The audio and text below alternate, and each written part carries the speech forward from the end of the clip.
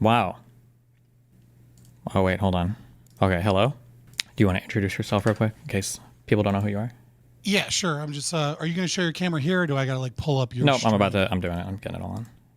Oh, okay, cool. Yeah, I am Scott. You can call me Scott from Fabian Liberty. I'm an anarcho-capitalist, libertarian, debater, mostly talk about philosophy and economics, occasionally psychology, etc. You can find me on Fabian Liberty. Just Google. I'm streaming on YouTube. All right. I don't feel like you need an introduction at this point. Like, let's be honest. That's all good. Okay. We were disagreeing over some Asmongold stuff. Yeah. I think my primary contention was I feel like it's extremely hypocritical to be so narrow in our understanding of the First Amendment when it comes to people who are lawful permanent residents exercising their free speech, but then be so broad when talking about freedom of speech in general when it applies to popular or political opinions that we like. So, for instance, when conservatives will often talk about how getting banned from social media is actually an infringement on my First Amendment right, I just feel like there's a lot of hypocrisy in those two positions. Okay, there's a couple of things there. So first thing I want to say is it starts off, right, with you posting a video of like free speech, Asmongold with one position and another position, right? My argument is that these are wildly different cases and that it's not hypocritical to be against one or the other. And so before we can get anywhere, right, you know, and you mentioned this yourself, you say, you know, you think it's wrong or bad in some regard to be broad in one sense and then not in another sense. What do you mean by free speech, and can we work within that for the bounds of this confirmation, right? Like, I'm willing to do an internal critique of your concept of free speech, but right now we're throwing out free speech as like First Amendment, as an idea. Yeah, I would say freedom of speech. Well, I guess my critique is an internal critique of the standard conservative position on freedom of speech. So do you want to critique my version of freedom of speech, or do you want to critique my internal critique of their version of freedom of speech?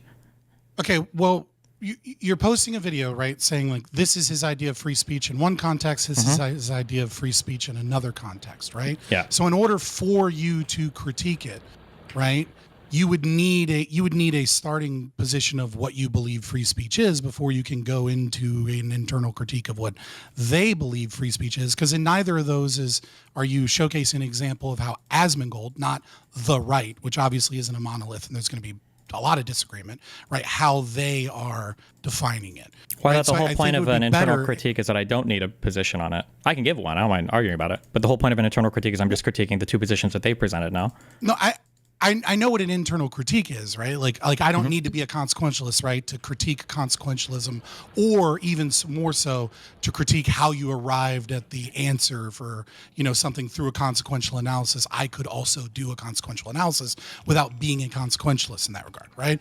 But what I'm saying is that if you are saying that there is hypocrisy or that there's something wrong here in his domain, obviously you have an opinion of what free speech is before you gain, you know, before you go into this position of like internally critiquing what theirs are.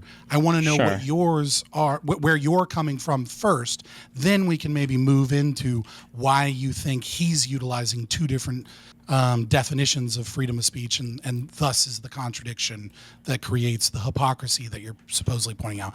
I think it's all bullshit, but I don't want to like, yeah, that's fine. You know, say that from the jump. Sure.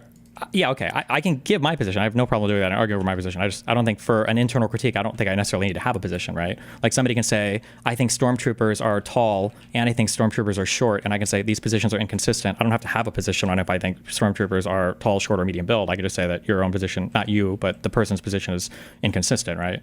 But I can give my position on my. Hold on. Yeah. You're critiquing, saying that there's multiple definitions that they're using, right? Yes, correct. And you're saying that there's hypocrisy in that. Yeah. Okay, we're going to have a conversation about that, and we're going to use the term free speech throughout that conversation. So I need to know what you mean by that, as opposed to you jumping to different definitions that they give and how they contradict. I need to know what you mean when you say free speech. Okay.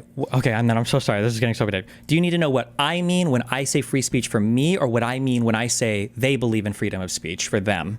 Which one are you asking for? like we're off to a bad start. Like, Yeah, I'm not trying to marry you to your definition for an internal critique. I just need to know what you mean, and then we can get into what they mean. We can talk about the differences, like why yours is consistent, why this is inconsistent. Okay, sure. I mean, I can give mine as well if you prefer. I'm just going to ramble a little bit. And you tell me if I'm on the right track or whatever. Okay. So for me, I have a very legalistic interpretation. When somebody says First Amendment, I'm thinking of the First Amendment as applied in the United States in a legal manner. So generally, this means the government taking actions to restrict a person's freedom of speech.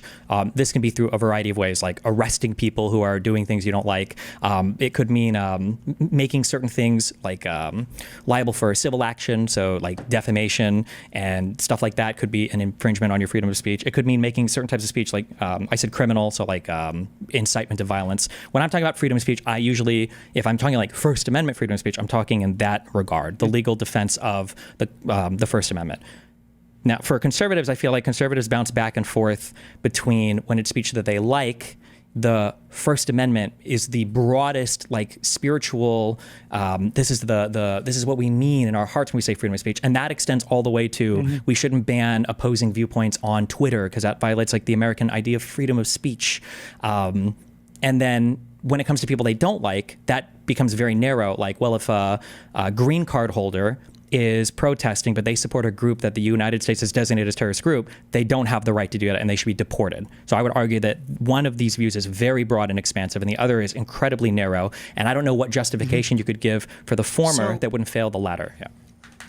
Yeah. Okay. So from here on out, we'll say First Amendment, we're talking about the negative right from the state to have your speech infringed upon in some capacity by the state. And then when we say free speech, we might mean that more broadly from like a utilitarian perspective of like, you know, the concept of free speech or like the public square, et cetera. Is that okay? Sure. I just don't want us to get too confused and too in the weeds, right? So that's fine. I imagine if we're chatting, assuming both of us are doing our best to understand the other, we'll if there's like a confusion, we can just clarify. Okay, yeah. So in this instance, right, where you're like quipping at Asmongold and accusing him of hypocrisy, right? The freedom of speech that you're highlighting in the first half of the video on the left side of the frame, right, is him reacting to J.D. Vance in Europe, right? So obviously he can't be talking about freedom of speech from a legalistic perspective or the First Amendment because those things don't exist in Europe because they are not under the American Constitution. Some of them have freedom of speech in like their charters, right? But they don't have the First Amendment or the Bill of Rights or our specific Constitution.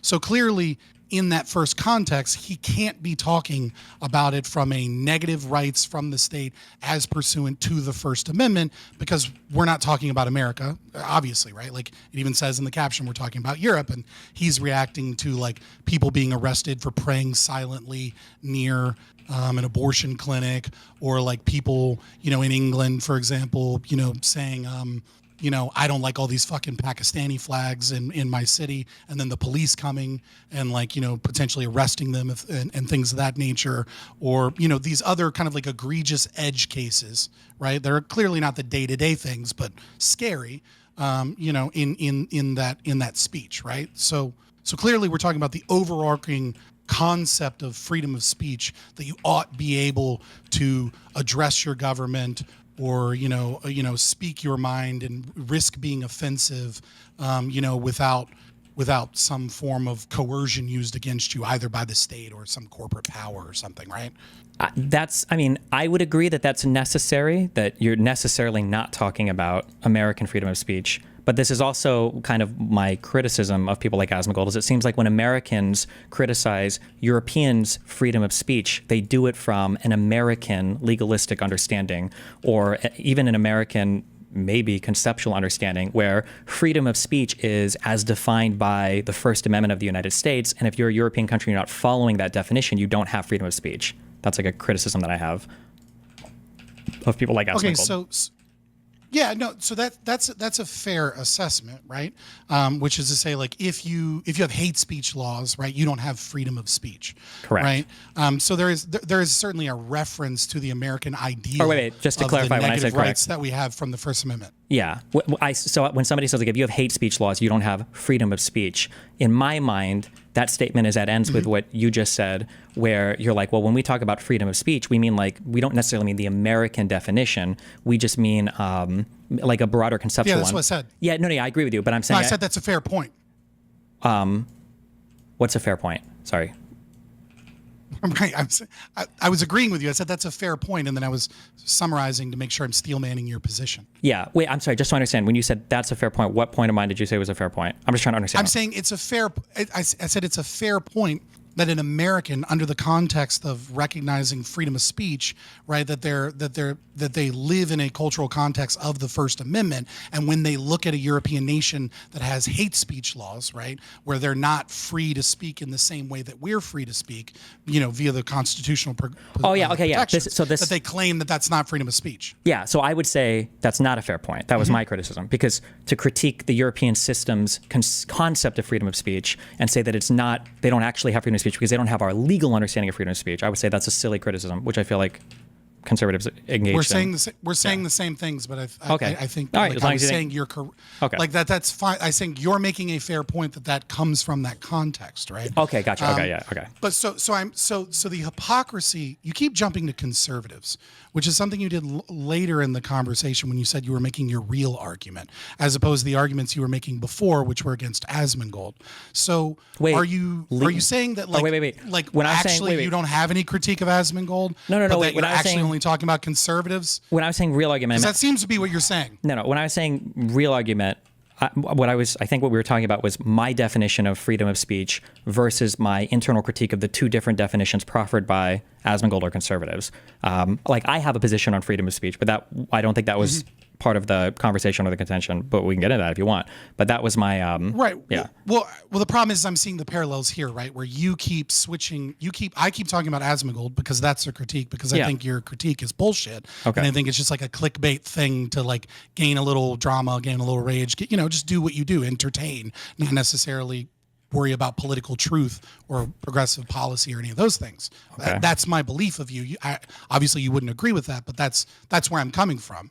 And so you keep switching to conservatives, right, or the right, et cetera, as opposed to my initial issue, which is that you're claiming hypocrisy and you're utilizing a large swath of different people that you can grab examples from and separating yourself away from the individual. So is your argument actually against Asmongold, or is this just a vector for a larger conversation because you think conservatives in general are hypocrites and bad and don't believe in free speech, but you don't actually have a critique of Asmongold specifically? Well, it's both. Asmongold is a vector to critique the conservative position because I think Asmongold represents the standard conservative position right now.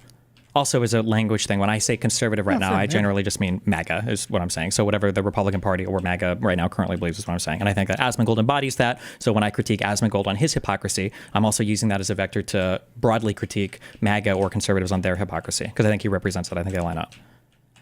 Okay, so I would like for you to flesh out, if you can, for me, your argument, because I'm still not seeing the hypocrisy thus yet, right? Like you're saying that the conservatives use a strict sense of constitution when it applies to things for them, and then they use a broad sense when it applies to things that they dislike. I believe that just the opposite. Where's I think the hypocrisy? The opposite of what you just said. So, yeah. So I think that the hypocrisy is when conservatives speak broadly about freedom of speech, it seems like they're very mindful of the concept of a chilling effect. So an example of this might be when the Twitter files came out, a lot of conservatives said just the fact that the FBI would even communicate with Twitter about some accounts is enough to create a chilling effect on speech on that environment, and that would count as a violation of our freedom of speech as Americans. Or an example would be from the Trump camp. I think he sued both Facebook and X for banning his social media account. He said it was a violation of his First Amendment right as an American to be heard, to have his freedom of speech. So that seems to be with the understanding of if we ban certain types of speech or allow actors that are large enough to target certain types of speech, it will create a chilling effect that will make it hard for Americans to voice their opinion on certain subjects, and we would just be chilling political conversation. But then when it comes to people who are protesting, if they're lawful permanent residents or visa holders, well, they can be deported just for supporting a group that the president, through no majority in Congress or really through his own arbitrary discretion, declares a terrorist group. Well, how would that not create an insane chilling effect where people are afraid of protesting even a certain thing because they might be on the wrong side of what the president decides is a terror group? That seems like it would be incredibly chilling. So I don't understand how you can defend one and not the other. So again, now I may agree with you to a certain extent when you're only talking about conservatives, right? I certainly, like, conservative is such a large group that some would hold that opinion, right? But the original critique is against Asmongold, and so the cases are specific, right? They are not these broad, vague things. And you're adding in this element of like the Twitter files and things of that nature. You're saying that wait, to be clear, I'm not adding that in. I'm just giving examples of like what the conservative belief is. Well, you did on Twitter as well. You did on Twitter as a response to like what I had. Right. So that when I say you're adding that specific, it's the same specific example you gave. Okay. Right. So the specific context here is that Asmongold specifically, that you're critiquing, is a hypocrite for being against the kind of egregious things, examples that may or may not be true. I don't want to get into all of that, like which ones aren't true from J.D. Vance's position, right? The assumption that at least some of these are true, that those are bad, that those are scary, or that those have some chilling effect, even if you will, right? That like, going after one of those people has a chilling effect when you make hate speech laws, right? And then you're now kind of like, because you're using conservatives, you're also decoupling yourself from the case of Mahmoud Khalil, which is what he's looking at. And I fail to see where there is a hypocrisy under, this concept of free speech, where it seems like you're using conservatives to then paint a concept where conservatives in one context are hyper-specific and then in another context are not hyper-specific, and that is where this contradiction comes in. But again, we're talking about Europe, so this is really like there are many layers where that connection you actually haven't made, and I don't believe you actually believe it. So I'm trying to figure out, stop running to conservatives and explain how Asmongold is a hypocrite for being for deporting Mahmoud Khalil, but being against people praying, near an abortion clinic and getting arrested, or people getting arrested for mean tweets. Okay, so I guess what part of this do I need to connect, do you think, to make the argument coherent? Well, I mean, you need to showcase the contradiction. Instead, you were just saying the contradiction, conservatives as a group. Okay, sure. I'll stop saying conservatives as a group. Specific in this area, not in another. Sure, I'm using it interchangeably with Asmongold, but I'll be specific to Asmongold. So I believe that Asmongold would be hypercritical of Europe's freedom of speech under a very broad definition of the First Amendment, a very, very broad understanding that people getting banned even by social media platforms or European countries prohibiting certain activity or making certain activity illegal, that's a violation of freedom of speech. But when it comes to the United States, I don't know how he could possibly conceive of a European country violating freedom of speech just because they have a different perspective on what they'll defend and what they won't. And then when you come to the United States, you can start deporting lawful permanent residents because they're protesting groups that the president has said is a bad group. I don't know what the consistent principle would be that you would appeal to there that would allow the deportation of Mahmoud, whatever the guy's name is, Khalil, or Khalil Mahmoud, But so you that's okay under freedom of speech, but Germany or Sweden or the UK having different hate speech laws is not okay. I don't know what possible consistent principle you could appeal to there other than just being hypocritical. So you're saying that you need a consistent principle to deport one, but to be against the other, right? Yeah, and I can't imagine what that would be, basically. Yeah. Yeah. So I would say, like, just as an example, right? Because we're kind of pretending to understand the inner workings of Asmongold's mind here, right? No, but I've watched a lot of Asmongold content. I know how he views on this stuff, but.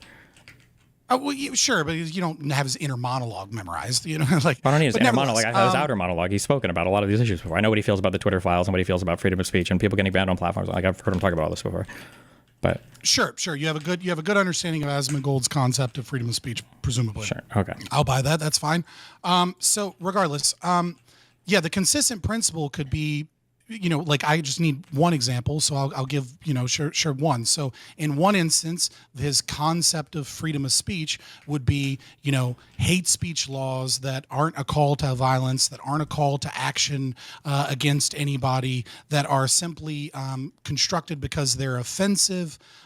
Or because they harm people through the usage of words without any assault or battery or any, calls to violence or action or any support of any terrorist groups, could be something that is wrong and against the concept of free speech. And then in the example of, let's say, Mahmoud Khalil, someone that like worked for UNRWA and then came over here, and then someone who claims that he's not, a representative of Columbia University apartheid divestment, but gives speeches where he says that violence is acceptable and that all forms of violence will be called terrorism. So and so it doesn't matter what type of violence we do. A person that actively is a representative for them after they've taken over portions of private property, because Columbia University is a private school. It's not a public school, so there's no way, shape, or form public property that they take over property. The same person that the DOJ or the Department of Justice is saying that they're passing out specific Hamas flyers,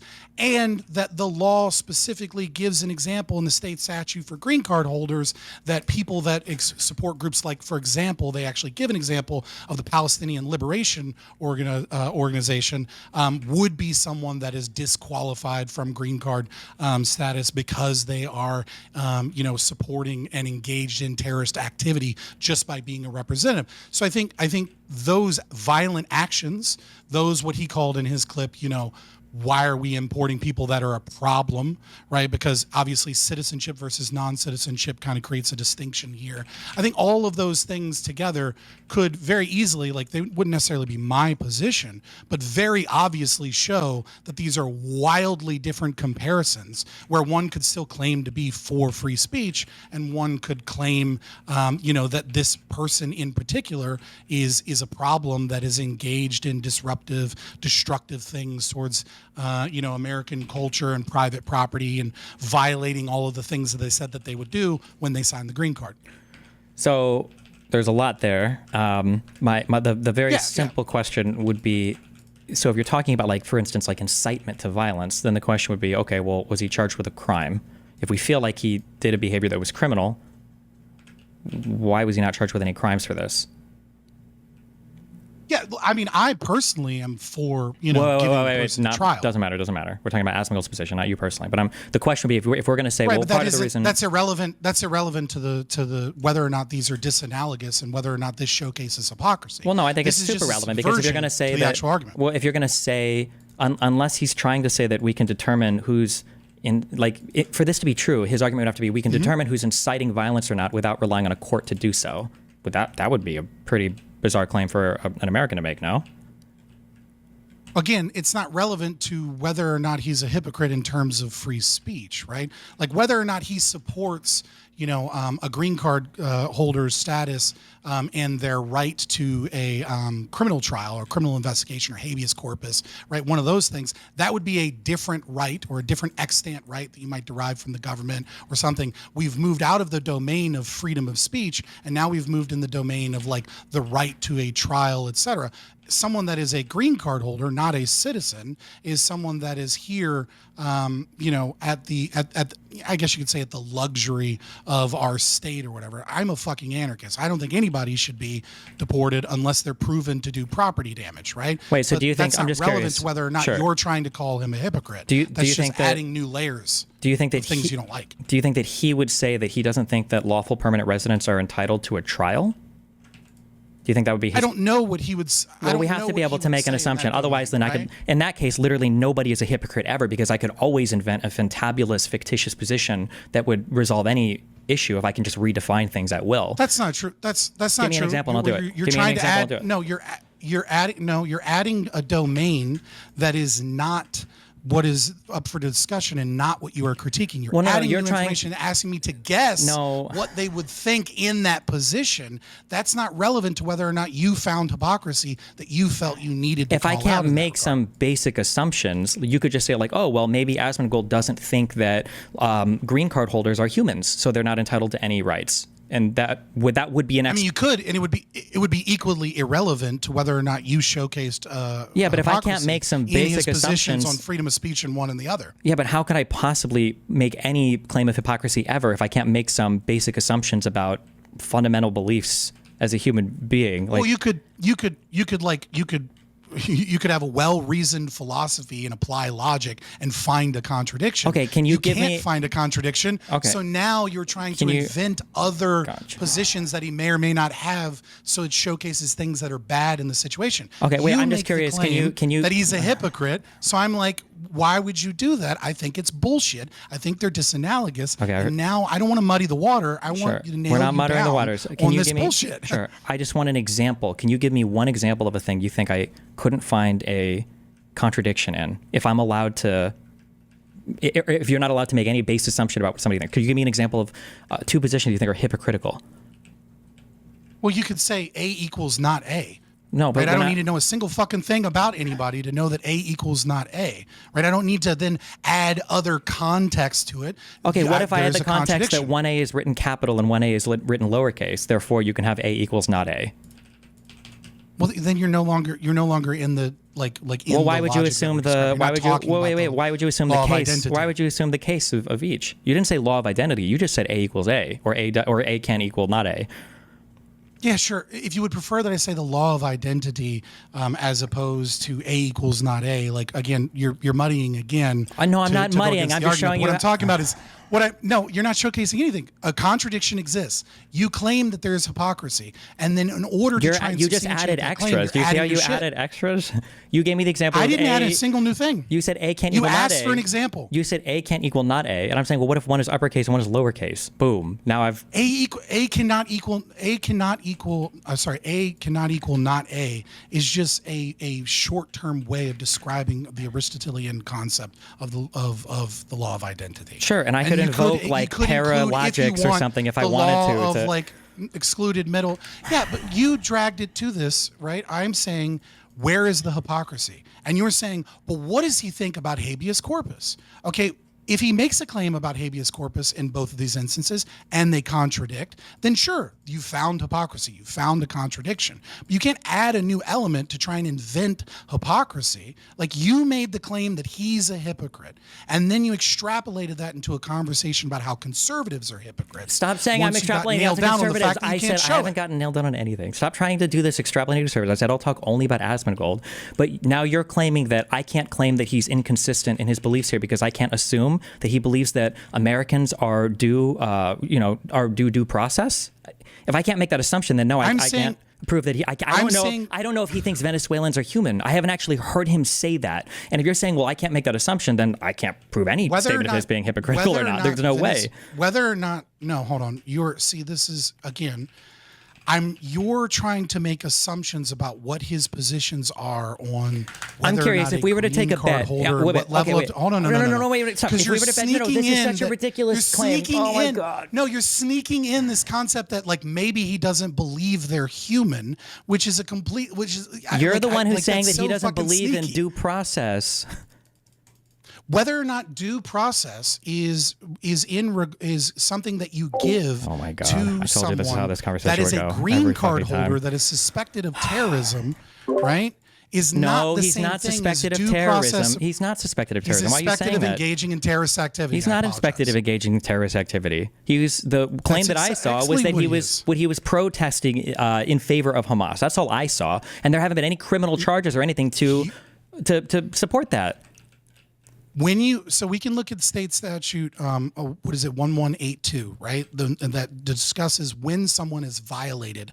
Who determines if you violate a statute? Or listen to me, when someone is ineligible for green card status. Who determines that? Like I said, we can look at it. We can. No, we don't. We don't determine I'm not a lawyer. You're not a lawyer. Doesn't a jury and a court system, don't you have due process for these determinations? Isn't there arbitration involved? Again, whether or not, I believe that is probably no. Why do you see how you're muddying the waters when you do this? I believe. I don't care what you believe. We're not talking about what you believe. But we don't make determinations based on what a governor says or what a president says. There's due process. You have to be charged with a crime, or there has to be some arbitration for this. Not just the president makes a tweet, now you're deported. That is, okay, so again, right, I'm not muddying the waters by making a clarification of a distinction between my position and the position I'm arguing for, right? So, like, that's silly.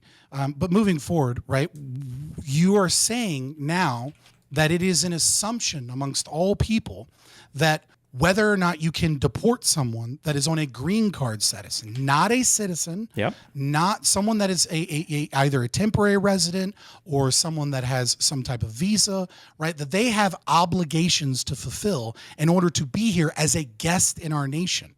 And you're saying that they have a right to a trial for deportation, but they're not being imprisoned, right? They're not going to jail.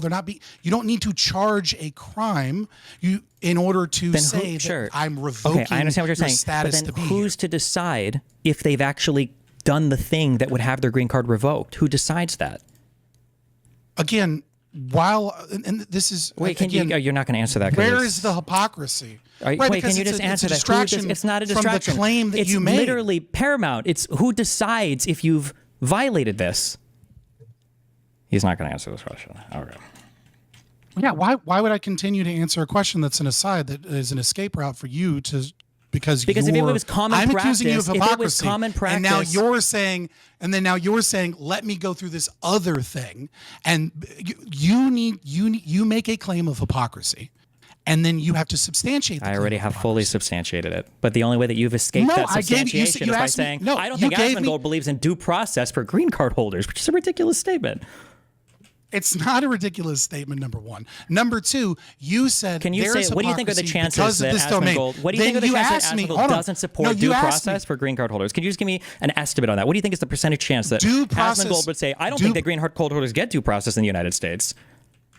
So let me recap, and then I'll answer your question, right? So you asked me if there was any way in which there was consistent principles or beliefs in which there wasn't hypocrisy between these two domains. I gave you a fuck ton of evidence as to how these are completely disanalogous examples. Didn't give any evidence at all. And yes, I did. I absolutely did. I gave argument. You said there was a lot there.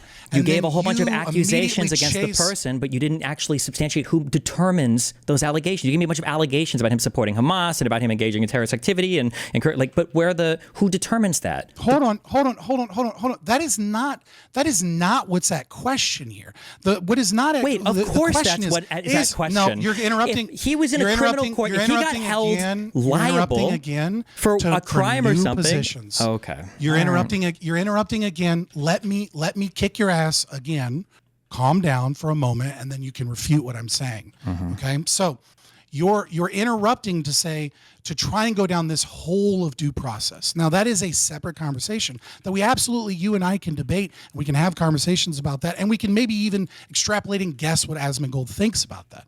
But the question is there hypocrisy? You said, are there consistent principles between these? Then I gave you a bunch of ways in which those principles could exist. One of many examples that could be, right? Because you're saying, I can't see any way in which these are not hypocrisy. And then I give you examples of how they could not be hypocrisy, okay? It is irrelevant as to whether or not the facts of Mahmoud Khalil's deportation, to either determined by a court or not, whether or not those facts remain to be true, whether or not he actually passed that out, that is the claim of the DOJ. Whether or not it is a fact that he spoke in front of Kuhad and lied and said that he wasn't, because I can just show you the video, right? So again, you're saying what is a position where there isn't hypocrisy? I give it to you, and you're distracting by saying that we need habeas corpus and a right to a trial. I don't necessarily disagree with that, but that is in no way, shape, or form evidence of his hypocrisy. It's a new position you're using to escape your argument. Do you think that freedom of speech exists or can exist without due process? Or do you think that one of these things assumes the other? I think freedom of speech I think freedom of speech is an ideal, right? Can freedom of speech exist? A negative right from the state. Can you have the negative right of freedom of speech without the negative or positive, depending on right of due process? I mean, I guess hypothetically you could. Really? So again, if I can lock you up for any reason without putting you in front of a court, You think you can still have freedom of speech? So this is, so again, He's going to call it a distraction and not answer. Okay, I gotcha. Well, no, it's two domains, right? It's not. One is yes, it is. It's not. You like to do philosophy. You don't care about like legal structure or anything. So it's just like I like to engage in and truth. pontificating. It's not truth. It's abstract. I like concepts that aren't related to anything that Asmongold or me are talking about. I'm not running anywhere. I'm right here. My original claim was that Asmongold is using a broad definition of what the First Amendment is when criticizing Europe, but when it comes to the United States, he's willing to say that a lawful permanent resident can be deported without even being formally charged with a crime. There is no possible theory, underlying conceptual foundation by which you can believe in freedom of speech that's so important that an American can tell a European country, this is what you've been doing the entire conversation. Who do you think's spoken more of this conversation? Just curious. You have by like 3 times. Exactly. A gish gallop is when you named 50 different things that the State Department accused Khalil Mahmoud of doing that had nothing to do with the argument. That was a gish gallop, by the way, because you named like 5 different things that had nothing to do with anything we're talking about, okay? That's great. I don't think you know what a gish gallop is. It's not. I know what a gish gallop is. Thank you. Okay. No. It's when you make a string of accusations. There's no as opposed to a cohesive argument. There's no foundational principled position that you can have that would allow you to criticize European countries for their lack of freedom of speech while supporting the deportation of a lawful permanent resident without any sort of due process. There is no consistent foundation by which you can do that, which is why I say his position is hypocritical.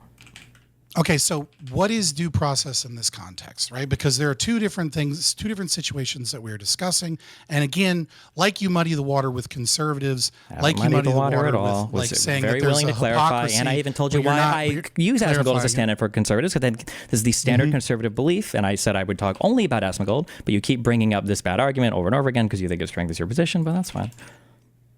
Yeah. So again, when you're adding in this element of due process, which is not showcased or highlighted in the video, but you're saying it's important that the due process is. I'm not. No, hold on. You're making this such a ridiculous conversation. No sane human being would ever make the argument that you have any freedom of speech without due process.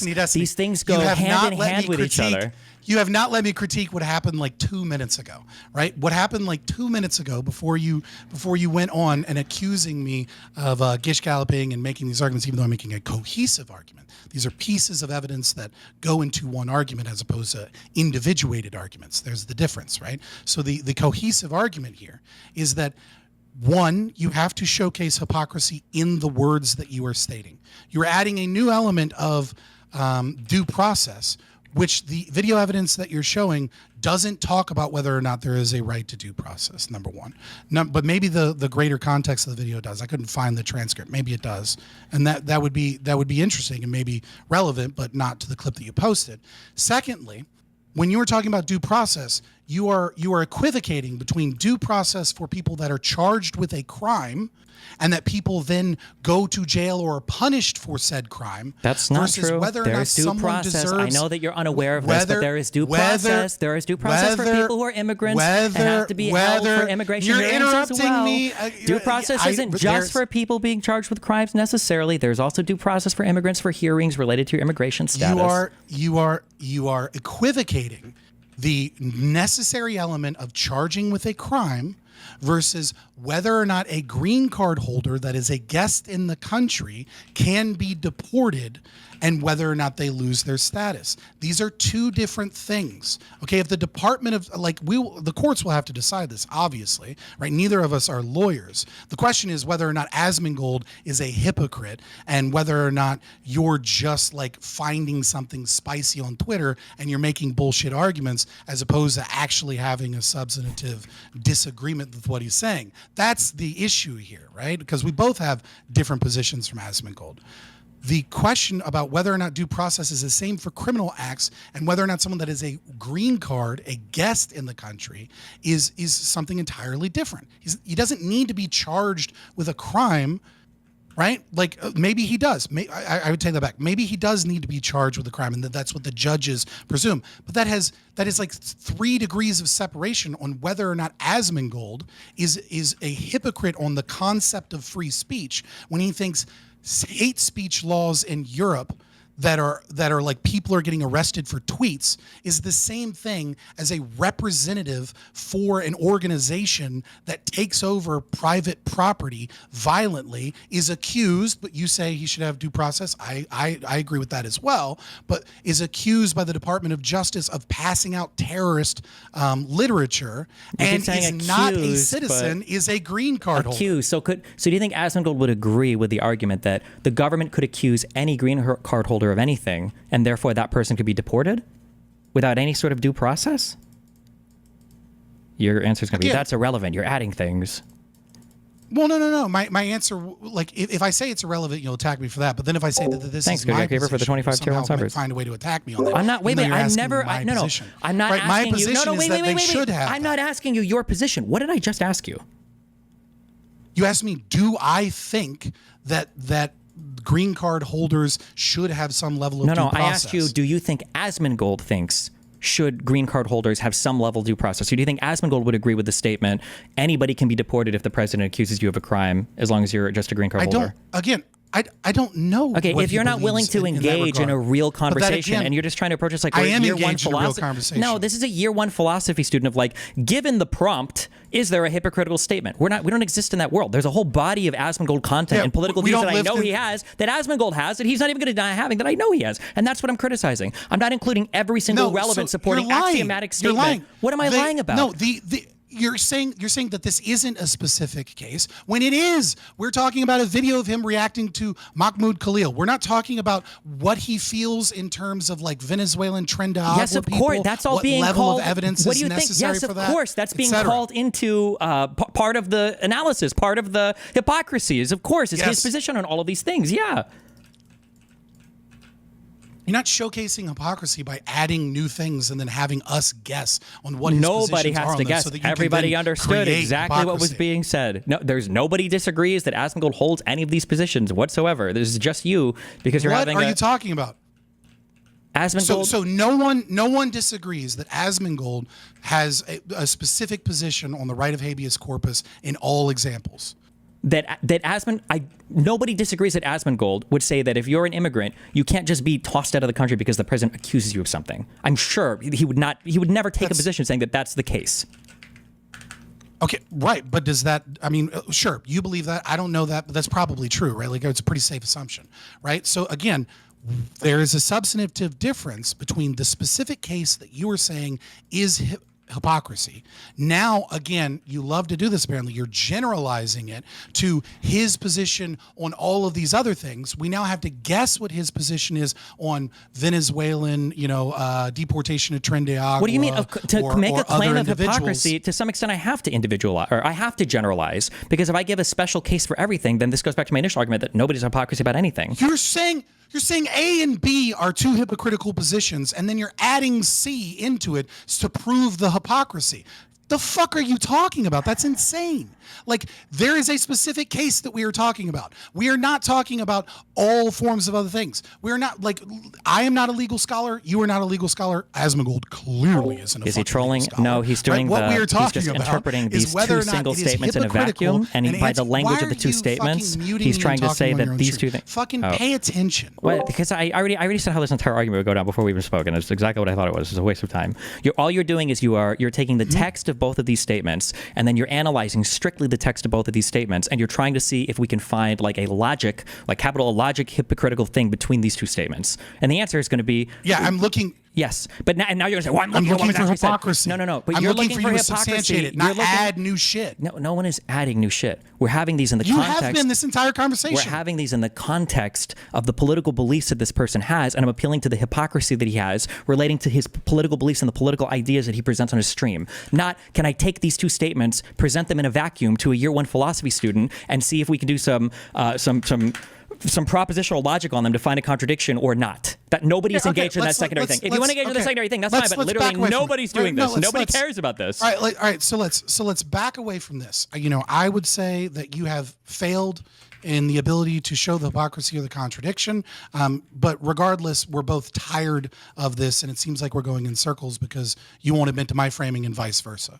Right. So let's now separate from the Asmongold critique, right, and move into like your third tweet response to me, right, where you said this is your real argument as opposed to like the argument against Asmongold, which is that conservatives as a large group or institution are hypocritical because they have hyper specific things when it's on speech that they like, and that they have hyper broad things when it's things that they don't like, right? So for example, you brought up the Twitter files as an example of like things that they don't like, where you're saying a private company is doing that, and you brought up the idea of like chilling effect in that regard.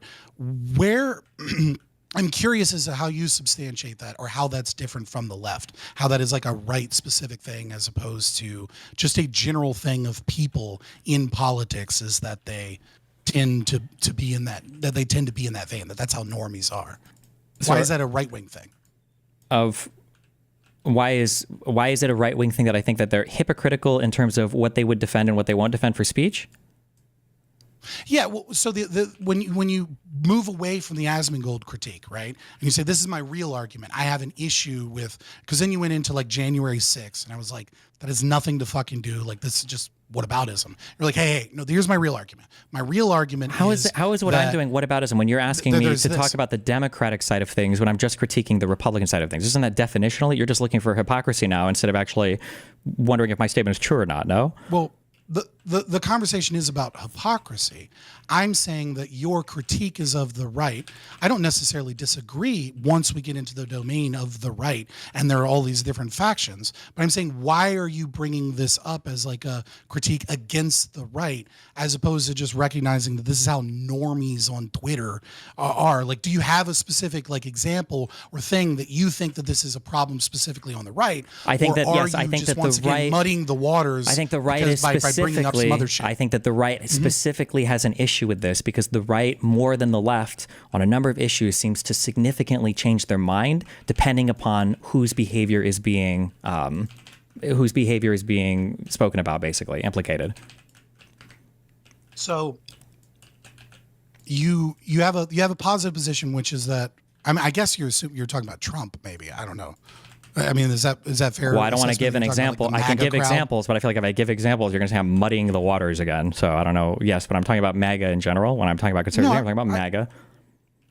No. It's like, I don't think giving examples is muddying the water or gish galloping, so long as it comes to a central point in your argument, which is not what you were doing before. It's muddying the waters when you use it to subvert from the argument. Gotcha. Well, you couldn't understand earlier because you were looking at it as a year one high school philosophy student trying to do prop logic on two statements completely disconnected from the rest of a person's body of work. But I understand that was the type of argument you wanted to engage in.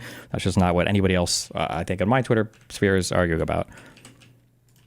No, I'm just trying to get you to substantiate your claim. Yeah, okay. I'm trying to get you to understand what the argument is, which isn't a basic prop logic analysis between two different statements.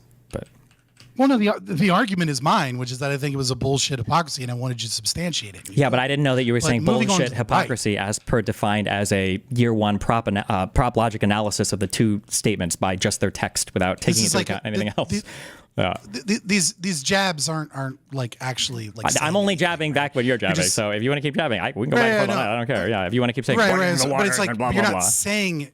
Right, you're not saying anything, but it's I fine. am saying something. I'm saying that the analysis that you're engaged in is boring and nobody cares about it, and clearly nobody thought that was the analysis that I was engaged in, but you wanted to engage in that analysis, so that's the only point you can actually defend. So. Well, yeah. Well, no. I think it's the truth. I expected it like a political conversation, not a prop logic conversation. If we would have started with by analyzing, if the argument would have been if we analyze the logic of the two statements, text alone, divorced from any other statement any other party has made, is there hypocrisy here? Then I would say, oh, by that definition, no. But that's literally not what anybody talks about ever when we're talking about hypocrisy, me included. So let's extrapolate. Right? Sure. You right. So you want to get out of the domain of logic, right? You're saying he's again another jab by saying that I'm being irrational or out of the domain of logic. No, I'm getting out of the domain of formal analysis of prop logic of just two statements. You understand that there are broader arguments to be made that isn't just the analyzing of text in two different statements, right? Yeah, no, I'm saying you can still make logical, valid arguments. I'm saying getting out of the domain of logic. I mean, specifically attacking it from like its logical consistency and just going into the ideas, right? So going into the ideas, you're like from the political philosophy standpoint, you're saying that Asmongold and the right more often has an inconsistent worldview on freedom of speech, right? That they're for freedom of speech in one domain and they're against freedom of speech in other domains. And you think that this specific example is anti-free speech in some regard. Why do you believe that? In order for there to, like, if that's where your critique is, like, why is it anti-free speech to deport a green card holder or to say that we ought to get rid of people like that? Because I think that typically when you're taking action against people that have already earned some sort of U.S. recognition, like visa or lawful permanent residence, when you're making these decisions in a way that doesn't seem to be viewpoint neutral, then it feels like what you are making these decisions based on is the speech of the party, and the speech of the party, if you're deciding to deport somebody based on their speech, their viewpoint, then that feels like anti-freedom of speech to me. So, but the argument isn't, right, that Trump, I mean, like Trump says stupid shit, right, all the goddamn time, right? So, but you're saying that it feels like it is biased in its selection, right, because Trump is more pro-Israel and he's getting rid of like anti-Palestinian protesters, right? But well, I'm saying, wait. I'm saying that the deportation claim here doesn't appear to be viewpoint neutral. It appears to be based on the political persuasion of the individual, which I would argue, and the Supreme Court obviously would agree, is not freedom of speech. Because you're making, when I say viewpoint neutral, I mean that the decision isn't being made based on like a crime being committed or anything else. It's just being made based on the viewpoint of the speaker. Okay, so you're saying that we could be following deportation laws as they are. But because he's choosing to exercise those deportation laws against an individual that is politically against him in some way, that this is anti-free speech? If that's the basis on which he's exercising these laws, yes. Well, the basis upon which he's exercising these laws, what do you mean by that? Like his belief system, his bias, et cetera? Like, is that what you mean? Yeah, it's a political point of view. He's a huge supporter of Israel, and these people were huge supporters of, I guess, Hamas or Palestine, and therefore, because of that, now they're going to be deported because of that. So in a world where like media narratives and 24-hour news cycles, right? I don't know whether or not Trump is consistent. It wouldn't surprise me if he wasn't, right? Consistently deporting like violent right-wing green card protesters. I don't know that they're like, I don't know. I can't think of any examples off the top of my head. I can't think of examples of like protesters with green cards, but I know for the J6 people, for instance, he pardoned all of those people. So it seems like, and those were people that were accused of and committed crimes. So it seems like we have some viewpoint issues here in terms of who he's supporting and who he's being against. But well, those are right. Yeah, but there's obviously substantive differences there, right? Obviously you could call out the bias. You could have like a certain, hatred for J6, insurrectionists, et cetera. But you could still recognize that one group are citizens, and we're talking about a pardon and a belief system that these people had already. Yeah, but they weren't pardoned. But you remember the question was about unfairly. The question was about viewpoint, right? But that's not the same thing as green card. I understand that, but the question was about viewpoint. J6 pardons weren't done because they were citizens. They were done because they shared his viewpoint. Well, I mean, I don't know that they were done specifically because they shared his viewpoint. I'm sure that had something to do with it. Wait, but I really? think that he had a belief that they were unjustly persecuted by the previous administration. But you're not willing. Hold on, wait. I just need to hear you say it. You're not willing to admit that the J6 pardons were done because they shared a viewpoint with Donald Trump? I don't know that is. I don't know whether or not that is true or not. Right? Like, I wouldn't do a univariate analysis, but I mean, even still, like, I'm sure it has some overlap. But what do you think was the driving factor? No, wait. If we're not, because we're not going to live in reality. What do you think was the driving, motivating factor? I'm not living in anti-reality. I'm saying he has a belief about the way that they were punished. That doesn't necessarily mean that he did it because they shared a specific viewpoint with him.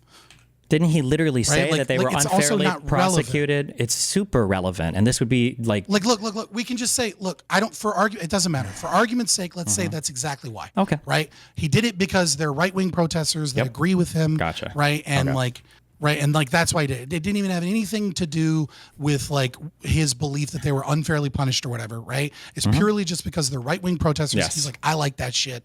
I'm going to pardon you. Okay. There's still a substantive difference between a green card holder, right, and a pardon for U.S. citizens that have served some level of time in either in jail or in fines, et cetera, right? Like these are obviously two different things, right? So the thing that I'm saying is that if we're trying to find hypocrisy or this chilling effect, right, like you're really, really stretching that. Like the chilling effect here is that Do you think that green card holders don't have rights accused in the United States?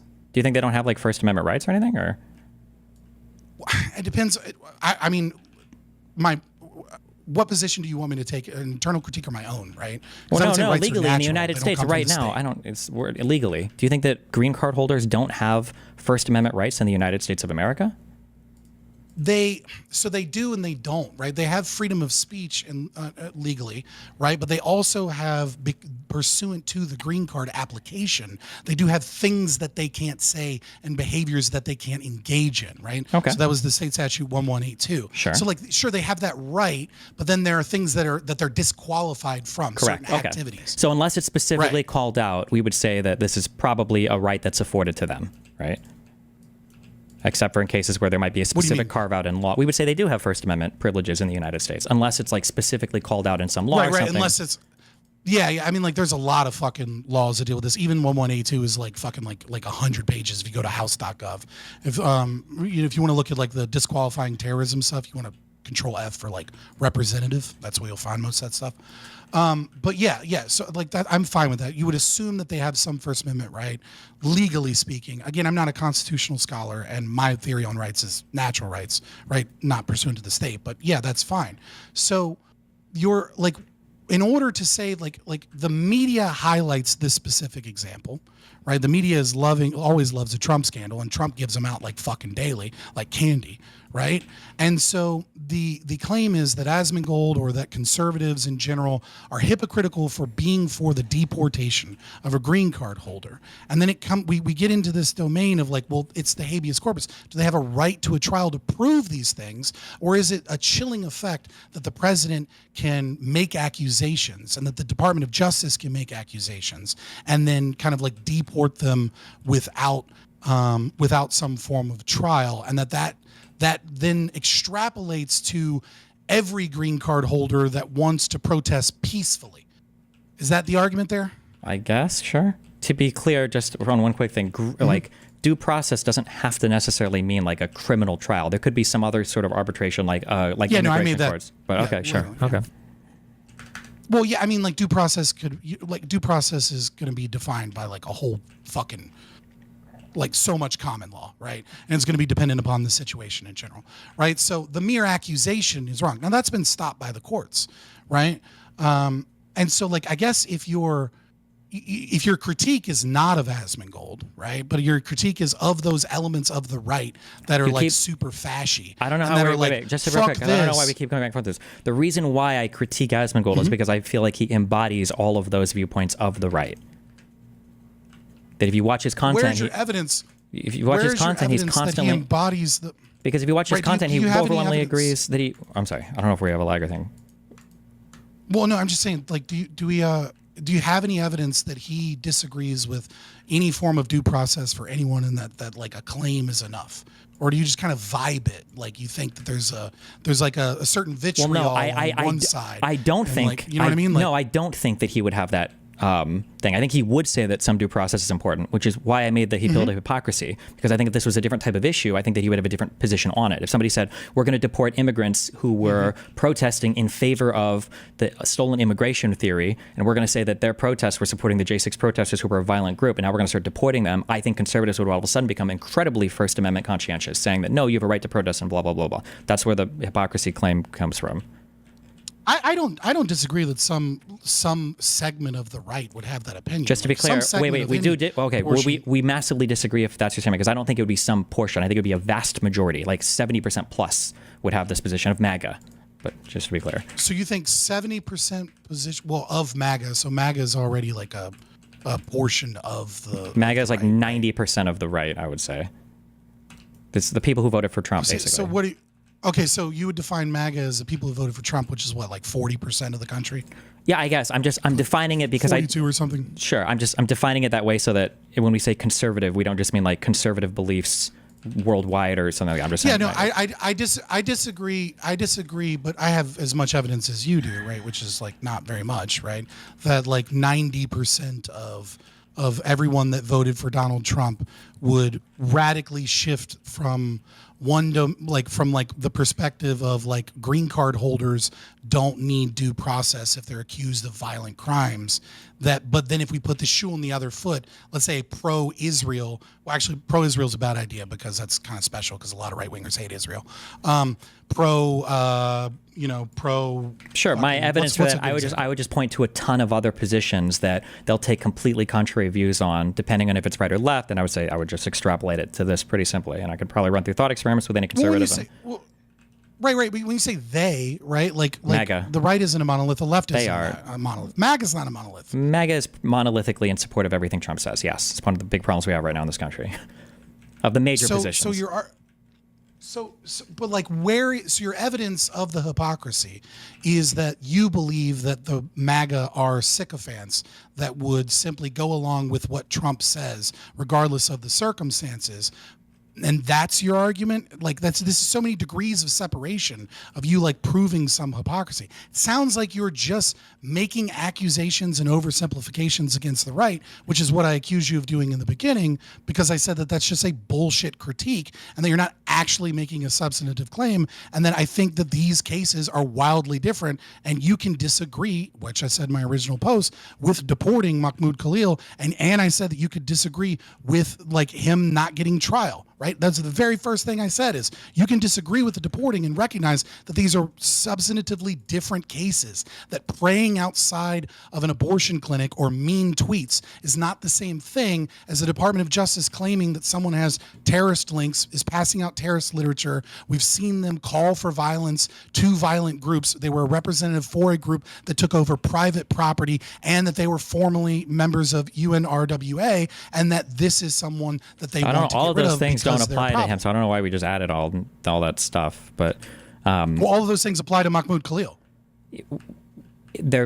Which is the case we're talking about. Yeah, but these are just things that have been said. Like there's no process by which, this goes back to an argument. It's like, or my argument is that without due process, it doesn't matter what they're saying. You're saying they're hypocritical for these things, right? Like I already said again that you could agree that he deserves a trial. You could agree that like the deportation is necessarily wrong. But what I'm saying is that these are wildly different cases, and calling this out is like hypocrisy because conservatives or Asmongold are that they're wildly different. I don't disagree. I don't disagree. What they consider to be violent protesters. I don't disagree that these are different cases, but I'm making a prediction for what their position would be if the person was protesting a different type of idea. That's the whole point. Right, so you're vibing out what you think they would be in a different situation. Yeah, welcome to political analysis. It's not just all prop logic analysis of simple statements. This is not the world of politics where you just here's a question, and I know you're not going to answer because you're going to say it's not relevant. Right? The question is, silly. No, it's not hypocritical. As in, can we find some logical disunion between the text of two statements? Nobody speaks that way in the real world. I'm sorry, but here's a question. No, that's one of the domains of argument. I proved you wrong in that. You didn't prove me wrong there. You proved that you weren't able to follow the conversation. Can you give me a single example where you feel like the Republicans have broken from Trump in a significant way besides the vaccine, I guess? Okay, so besides the big thing that they were against on that and because I would argue with you there. The reason why they broke with him on the vaccine was because of his other bad information on the disease and stuff. I would say they were following him, but it was a statement that he issued prior to the vaccine being released. So besides that, can you give a single thing where they've broken with Trump on? Yeah, so I think most of MAGA was pretty upset when he did that deal with OpenAI and connected those. I think they're right, like when he had said that there was, what was it, like 50 billion or something. They're very upset about that. I think there are tons and tons of who was upset about this? What? Give me a single large conservative figure that was upset about this. Okay, yeah, sure. Well, give me a second. I'm not here. Wasn't necessarily looking for Open AI deal Trump. Let's see if we can find some stuff on right? The $500 billion in AI investment. So let me see if we can do a search through like X or something on OpenAI, Oracle, and SoftBank. Probably just find something. So we'll go to the search.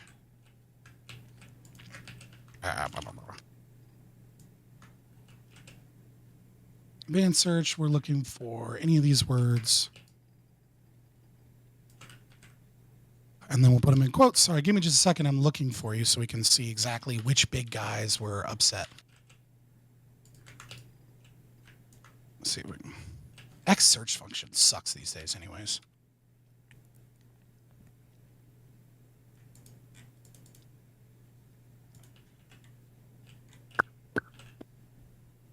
Fuck, it's my people. I mean, I wouldn't even more libertarian. Sure, and I wouldn't even say this isn't even like a big issue. Like of all the things that Trump has done, like this one thing is not even like a huge talking point. But I don't remember any. Mike Benz was pretty upset about it, right? That's the guy that like is the big USAID guy on the right after his Joe Rogan stuff. Let's see who else mentions it. Danny Can Talk, right? He has an issue with it. Oh, that's one of my people. I thought it was bigger than that. Let's see. Dude, my algorithm is full of so many fucking libertarians, right? Ian Carroll, right? But obviously you would say, would you think that he's outside of like MAGA because he's too like anti-Israel or something? OpenAI, nope, that's something else. Looks like, see if I can find the rabbit hole on it. Do you not think that Trump pushes like a sort of like rabid devotion to him in a way that's pretty unique in politics over the past? Yeah, it's like Undoomed. It's like he's only got like 70K followers. Yeah, I mean, like we can move on to a different example if you want. It's fine. I mean, like I'm not finding a ton of it. This was off the top of my head. Like, what does something piss people off? This is what I remember. Maybe it's because I'm in more of a libertarian space. It's mostly libertarians pissed off about it. Sure. I would say that probably the biggest issue, the biggest divide recently was probably on the H-1B stuff, but even that basically went away and nobody's changed their position on Trump as a result of it. I think that Trump probably demands a more sycophantic like obsession and more like ideological orthodoxy among his followers than any other politician, even in the conservative movement, but especially on the liberal or leftist side. Like I think that's a pretty. Well, I don't know about demands, but demands. When I say demands, I mean that passively, yeah. No, actively, as in like if you meant it like. I mean, like if a news reporter says something mean about him, he'll tweet that person needs to be fired. Or if a politician goes against him, he'll say that person needs to be primaried and kicked out of the party. Or right, like Thomas Massey, right, for not going along with his spending bills, right, because like sure, or any news reporter that says anything mean about him or questions him on anything like critical, like all of these statements are.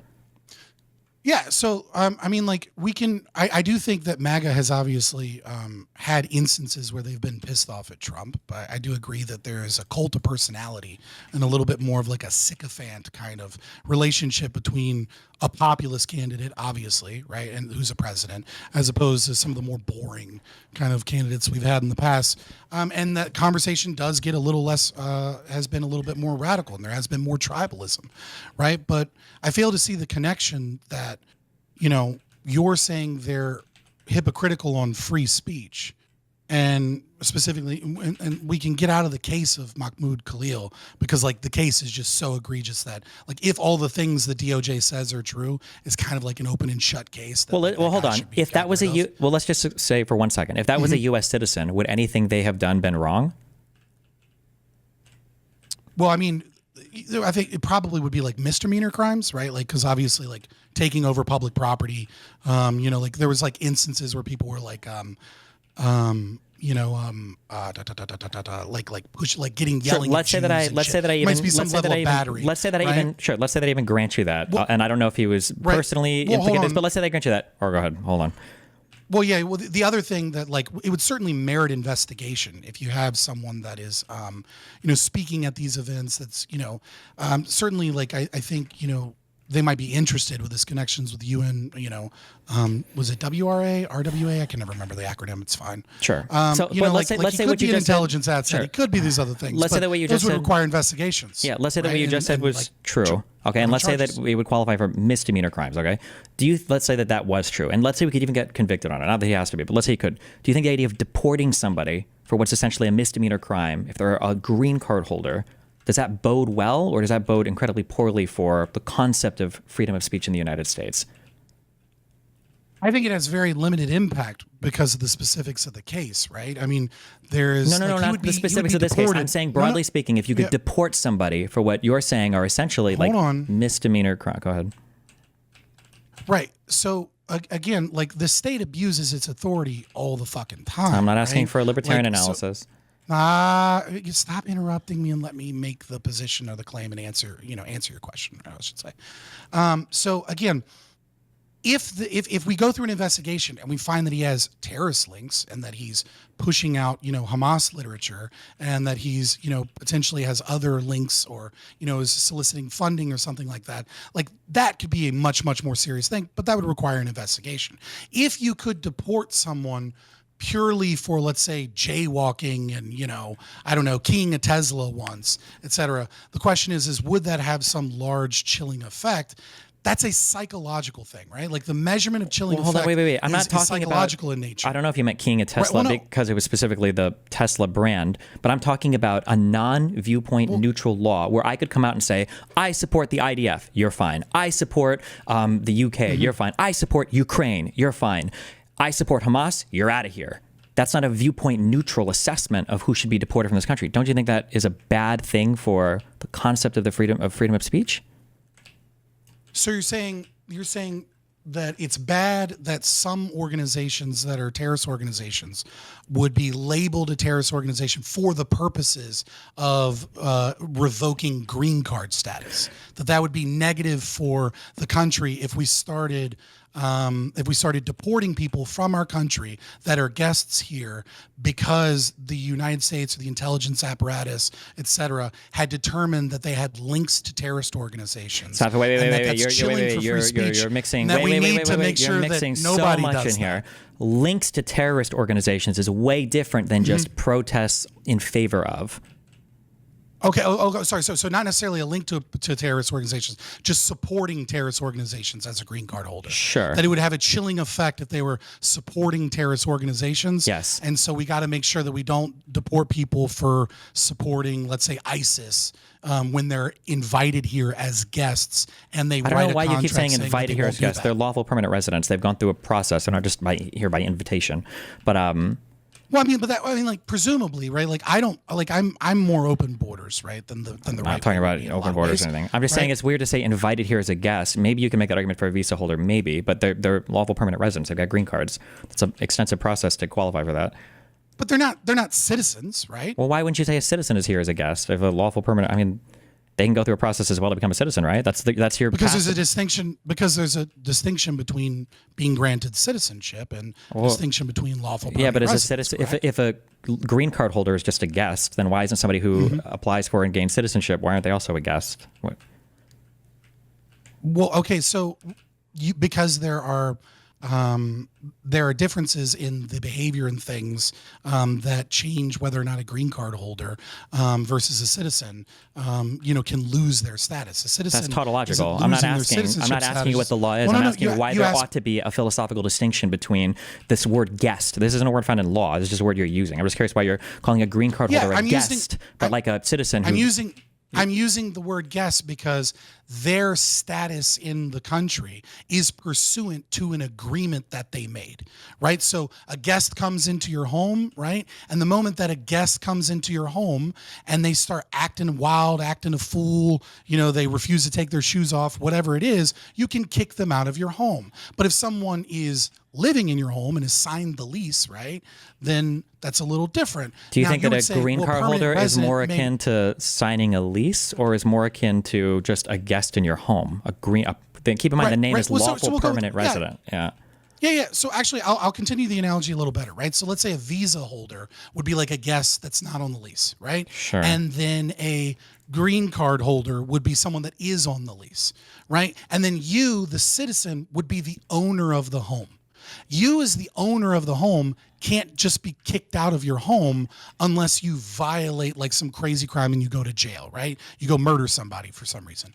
But the guest, if you will, if you want to say like it's not a guest, it's a green card holder, you don't like that word, that's fine, right? But the green card holder, if he violates the lease, right? Because he signed an agreement that he would behave and do certain things to be there, now we can evict that person. Now, you see what I'm saying? So there obviously would be a difference between a citizen and a green card holder here. And that difference is that a green card holder has certain actions that they're not allowed to engage in and has certain things that they need to do in order to maintain their status. Yeah, so I think it's not the worst analogy ever, but I think that I would say that a citizen is somebody who owns their home. And I would say a lawful permanent resident is probably somebody who has like a mortgage, right? Because once you're a lawful permanent resident, you have it forever, unless you do one of, a handful of actions that can get it revoked. And generally, LPR is your journey to citizenship. So, and again, well, not all of us are millionaires with mortgages. Okay, most of us are renters and poor, Destiny. All right. Sure, just an analogy. But I mean, that's fine. I mean, it's fine, but the problem is that the reason I'm using a lease is because there are certain behaviors and rules that you can't break that would not apply to a citizen. Sure, right? There are ways in which you can lose your green card. Yeah, I agree with that. This is potentially one of them. Sure, I think that it would be okay if those behaviors were limited to the narrow subset of behaviors that we would probably imagine this act was created for. So, for instance, providing material support for terrorist groups is probably a thing that... Well, no. I mean, like, you can disagree with the law, right? But, like, if you read 1182... let me. I know you're going to do the super narrow reading of the law. I understand. No. I'm not going to do a super narrow. I promise. You are. I'm familiar with the law. I know. I'm familiar with the law. I understand. So We've read it as well, right? Okay. Well, for the audience's sake, right? Yeah. They give an example of what would be considered engaging in terrorist activity to make it clear, right? Mm-hmm. To just kind of give you an example. And the example they give is an alien who is an officer, official, representative, or spokesman of the Palestinian Liberation Organization is considered, for purposes of this chapter, to be engaged in terrorist activity. Mm-hmm. Now, when we're talking about Muhammad Khalil, right, we're talking about someone who is a representative for this group who is accused. We don't know. Wait for a second. Sure, Hold right, on. Wait. First of all, wait, real quick. Passing out Hamas literature. So I think that the issue that you run into is when this law was created, the concept of what a terrorist was a lot more narrow in that we typically weren't referring to state actors. So if we were to apply this as the law was written, where you have like somebody supporting, like Al-Qaeda or something like that. Well, no, they give an example. Use Palestinian Liberation Organization, okay, PLO. The PLO. Hamas is obviously worse than PLO, PLO, but right? PLO wouldn't apply anymore. So that I'm guessing this law was written in the 60s or 70s. When was it written? If the PLO is called out. Text contains I don't know when this specific clause of it was written, if it's calling out the PLO when they were a terrorist organization, sure. If it was probably that example, my guess is that example is coming from the 60s or 70s when the PLO was legitimately just a terrorist organization, right? But that's a guess. But even the PLO, when they're engaged in the Black September in Lebanon and when they're trying to kill people in Jordan, right? Let's take the most extreme example. I don't know why you're saying it probably is that, but stop. Okay, maybe it is. Right? I didn't even finish my reason. Okay, the issue that we run into today is that there are groups that are designated as terrorist groups that are also the de facto governments of places, and that's a significant problem because now if that would be PLO and Hamas as well, right? They would both be that under almost all of PLO's time, they would be comparable to Hamas as de facto representatives of the government, right? So the example they give is one that meets the criteria that you're saying. So there's no contradiction. There's no issue there. I don't agree with that. I think that. What do you mean you don't agree with that? As a PLO, who was in charge? Like, was this written like right after the Nakba? Well, that's why no, it wouldn't have been because the PLO I don't think formed until the 60s. That's why I'm asking if this was in the 60s or earlier. But the reason why they would have been the representatives the entire time for the Palestinians in those negotiations. Okay. So it just doesn't apply, right? Yeah, I don't know. What other? Yeah, I don't know he has no desire to. I don't know what to say. Yeah, No, I hope that you guys can you keep give the a same period energy. of time since the PLO? The example that I'm giving you won't let me finish. I'm just going to keep talking until I get my whole point out. The example that I'm giving you is that right now we have an issue where state actors are designated terror groups. Okay, if somebody were to say, I'm going to designate the IDF as a terror group, I think that rightfully there are people in this country that go, well, hold on, can I not even protest in support of Israel without being claimed to support terrorism because the IDF is Israel's official military arm? And I think that they would have a good argument there. I would say, well, it seems like it would be a misuse of this act to criminalize or at least make deportation worthy the idea of protesting in support of an entire state. In Gaza, the state, the administrative body for Gaza, the Gaza Strip, is Hamas. So it's interesting that Hamas, the state government of the Gaza Strip, can be entirely declared as a terrorist group because that means you basically cannot protest in support of the Palestinians in the Gaza Strip without being worried about being deported. And I think that anybody that actually cares about freedom of speech or the concept of protest or protesting the people in power, which is what the First Amendment was written for, was arguably there to protect more than anything else at all, can now be deported for protesting in support of a state of people because that state is also declared arbitrarily by the executive, by the way, because they can declare anybody a terrorist, as a terrorist group. I think that is problematic. I think that line of logic is incredibly simple and easy to follow. And I think that anybody that thinks that freedom of speech is important, especially viewpoint neutral laws like deporting people because they've done a bad act, not just because of who they support, that's an important concept to protect. That people shouldn't be deported just for supporting a state that the government doesn't currently like. That's my point. Okay, so would you consider Hamas to be a terrorist organization? Yes or no? For the purposes of this law, no. For the purposes of this law, no. So Destiny does not believe that Hamas is a terrorist organization. Are you really going for a clip? For clips? What do you think the age of consent should be if there's no government? Like, we can play for clips if you want. The problem is Hamas a terrorist organization? What a terrorist organization even is? What a terrorist organization even is? What a terrorist organization even is it's not even like a thing that's internationally like rigidly defined. Okay? Does Hamas commit terrorist? No, I agree. Does Hamas commit terrorist acts? Yes, of course they do. And I'm not going to sit here and say that they don't. Would I call them terrorists? I probably have. But insofar as would I consider them a terrorist group for protesting? Well, probably not. That's the de facto government of the Gaza Strip, and it seems weird to label people that protest in support of the Palestinians in the Gaza Strip as terrorists that can be deported from the country. I think that's not a viewpoint neutral distinction. There's a lot here, right? So no, it's pretty simple. Your claim is right. No. You can. Is it impossible to, let's say, protest in support of Palestinian liberation, if you will, right, as a phrase, without supporting Hamas? Is that possible? It might be. Theoretically, it is. But would I rely on the government to make that distinction? Hold on. Theoretically, I cannot go grab a sign that says "Free Palestine, fuck Hamas." You could. I can't think Hamas is bad for Palestine. You could do that, yeah. Right, so you don't need to protest in support of any specific state government in order to support the liberation of its people out of war, correct? You don't need to do that. But if the government has made supporting Hamas a deportable offense, am I going to risk championing the state of Hamas, which is what the Gaza Strip is? Why would you risk that? How can that not have an incredibly chilling effect on speech and what people feel comfortable protesting if they're lawful permanent residents? Right. So this is the issue. You know, the very issue that you accused conservatives of is what you're doing now, right? Which is the broad interpretation of the concept of chilling effect. Right. You're saying that there's a chilling effect that if the government deports someone that's handing out Hamas material, that assuming the accusations are true. Right? Oh, no, wait, hold on. Let me just hear this. Wait, hold on. Wait. Yeah, I understand. This is my question. Hold on. Wait. I'll wrap it up. I'll wrap it up in a nice little bow, right? You're saying that if they deport someone that is, handing out material directly from Hamas propaganda, right, that they are engaged in destruction or control of private property, right, and that they are a representative in those and that they lose their green card status, that there will be a chilling effect on other people doing nonviolent protests. I don't know why you're adding violent. I'm not answering your question because you keep adding things. Violent, nonviolent, that's not what we're talking about. It has nothing to do with the laws written. Can you acknowledge you just added that for no reason? Yes, it absolutely does. I added it for a very distinctive reason. Wait. So are you claiming that if they were supporting Hamas in forms of protest, but they weren't violent, that this current act wouldn't allow for them to be deported? No, I'm claiming that those are two separate things that would both be bad. Okay, wait, no, we're not talking about things that are bad. That's not a question. I'm asking you, would you be allowed to be deported? Would you be deported if you supported Hamas in a nonviolent protest under the current law? Would you be deported if you supported Hamas in a nonviolent protest under the current law? I'm going to explain in context. Wait, right? say yes or no, and then explain explain in context. Say yes or no, and then explain in context. Yes. Would you be, okay. Yes. Thank you. Okay. So Yes. the violent, And non-violent doesn't matter. Yeah. Right. The violent, non-violent does matter. And the reason that it matters is that when you are claiming a specific case that has those elements, right? The violent thing is a disqualifying thing for their green card, and so would the Hamas. But the violent thing is not disqualifying. Thing Hold for on, their wait, green card. The And violent so, thing would not be disqualifying. If I protested in a violent protest supporting BLM and I was a lawful permanent resident, would I get deported?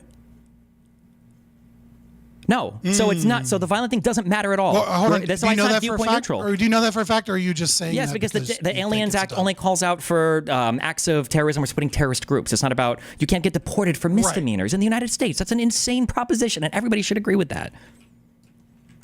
Well, there's a couple of distinctions here, right? So I don't know whether or not that is illegal, but that is still a substantive difference when you were talking about opinion, right? When you were talking about whether or not somebody is hypocritical in we're not talking about the comparing two hypocritical thing. different We're only things. talking about the chilling effect. No, okay, I'm going to go back and I'm going to ask my question because now you're trying to avoid the chilling and effect. the chilling effect. I'm not avoiding the chilling You are, effect. I'm 'cause going you right just to it right now. Okay.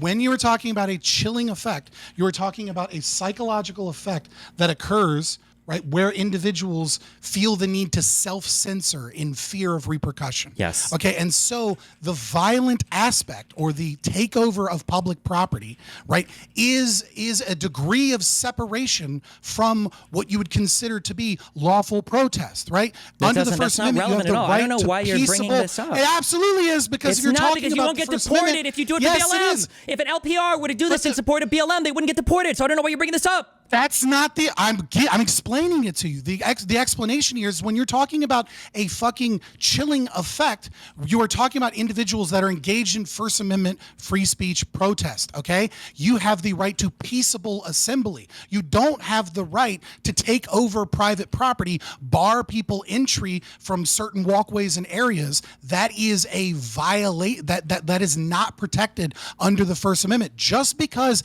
that isn't a necessary No one disagrees with element this. of the I don't know why you're deportation. bringing this up. Nobody disagrees with this. Yeah, you don't have a right to obstruct.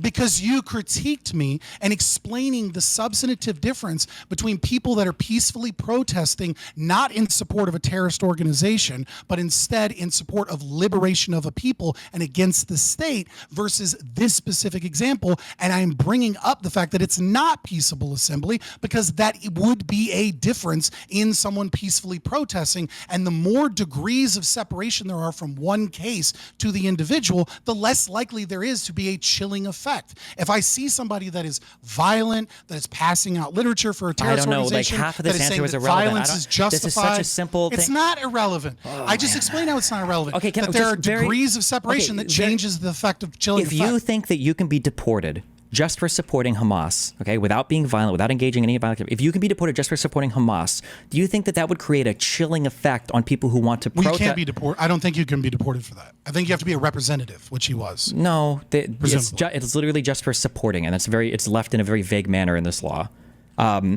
If you could be deported just for, well, let's assume, okay, if you could be deported just for supporting. Well, I think to make the connection to terrorist activity, it has to be that way. Like, he has to be either an officer or a representative. He was a representative of QAD, which was engaged in terrorist activity.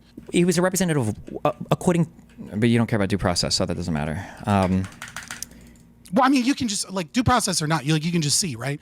He gave speeches at QAD. He claimed that like, he was make there you, in front of them giving interviews. QAD is Columbia University Apartheid Divestment. And that's a terrorist right? organization in the United States? I didn't say that was a terrorist organization. I said they were engaged in terrorist activity. What terrorist when activity? You are taking over, if you are taking over private property, right, for a political goal, then you're engaged in the destruction and seizure of private property for a political goal. Is that terrorism? It doesn't get more clear-cut terrorist than that. That's terrorism. Is that a criminal charge as defined by who? Well, I'm I don't know if it's meeting a specific legal doctrine in this. Well, you just gave me a definition scholar. like it was a legal definition. I don't even know you get charged for terrorism. Well, no, I'm saying. Wait. Actually, no, I'll agree with you. I'll agree with you. No, wait. I don't care. It doesn't matter. I'll agree with you. Okay, let's say that I agree with you then. Fine. Mm-hmm. We determined that that's terrorist activity. Do you think that it would cause a chilling effect of you going out and supporting a group like the Palestinians if you could be deported for something like that? Do you think that people would think twice about going out and being a part of a protest if you could get deported if they determined that the protest had become a terrorist protest? Yeah, I do think that there's like this distinction of like, where they say like if there's a Nazi flag at a protest, then it's a Nazi rally, right? And it's like, was I even there? Did I even see that? Like, I do think that there could be some level of like fear in that, right? Like, there. Well, that's my whole argument. Then what do we disagree for on? some people. Yeah, like for green card holders. Well, again, like any action is going to cause some level of chilling effect. That's fine. That's good. Right? For instance, criminal laws should hopefully create a chilling effect on crime, but we don't want to have a chilling effect on viewpoint, right? On somebody expressing a certain point of view. But the problem is that you're consistently comparing like a downstream effect, a chilling effect, on things that are disanalogous to the individual in question, right? No, like this isn't about the individual question. It's about the law in question. And it's not just him who's been deported now. There's other people that have been implicated under this. But I'm talking about the law as we're treating it with respect to this individual and then brought into the population. How would this not create a chilling effect if you think you could be deported because you go to a protest supporting the wrong group of people? Right. If you have that opinion, you probably got that opinion by like, I don't know, watching somebody like you that's making that disanalogous connection, but they're not the same thing. Or you're looking at a guy like this Khalil Mahmoud who's literally being deported without being formally charged with anything, and it's just the word of an organization against his word. Right. I totally agree that the judge is correct in saying like, look, there needs to be due process to prove these claims. Right. But what we're saying here, right. And again, what I'm saying is you're saying that there will be a chilling effect if someone is engaged in behavior in one way and then on people that are engaged in similar behavior. Right. So when you say someone shows up to a protest, they're not a representative. Right? They're not a representative while the protest is actively engaged in seizing of private property for their political goals. And then, of course, they're not a representative of this organization giving speeches where they're condoning violence as a leader of this group, right? And they're not a representative that is accused. We don't know, like that. Oh, that's why I agree with a due process here on whether or not they're passing out literature from Hamas and all that is a wildly different thing than you as a green card holder. Let's say you're from, Egypt, I understand what you're saying. You're laying out all of these. You're laying out all these requirements, but nobody is saying that you have to do all of these things to be deported. Nobody's saying you have to engage in every single action that he engaged in to be deported. They're just saying you have to support a terrorist organization. But then why do you keep listing all of these where you're like, well, it's like because you're claiming that there is a chilling effect in regards to this case, or let's say a separate So you think there case is no, wait, no, Heather. Oh my God, you talk so much. So then let me just hear you say clearly, if he gets deported for this. You're not correcting me. You're just giving the most irrelevant raps or yaps ever. Holy shit. You think that if the government is able to deport this person with no due process whatsoever because of just the claims the government has made about him, you don't think that would create a chilling effect on other nonviolent and innocent protesters who aren't doing any type of terror? You don't think that would create a chilling effect on them at all? So I'm not like a seer, right? But I do. You think, can't even make a reasonable inference whatsoever. Holy shit. Conservatives always do this game of like, I can't read his mind, I can't tell the future, I can't. Holy fuck. Yeah, go ahead. Yeah, I'm just trying to remain consistent, right? No, it's not that crazy. Okay. Like, I mean, I get that you don't like my style of talking. I'm not as entertaining as you. I get it, dude. Like, you're super famous because you're better. No, it has nothing to do. It's just that getting to the point, maybe, yes, right? Like, maybe I'm too verbose, yes, right? Yes. Okay, yes, right. But I'm you. trying to have the actual conversation. You're not having it. You're having your own. You're fighting shadows right now. I don't know. The conversation is much more simple than you're trying to make it. Well, I don't think I'm fighting shadows. I think we'll look back and you'll see that there's a lot there. But I'm sorry, hold on. Just to explain why the whole recent yap was irrelevant, okay? Imagine that did you follow the case of Ahmaud Arbery at all?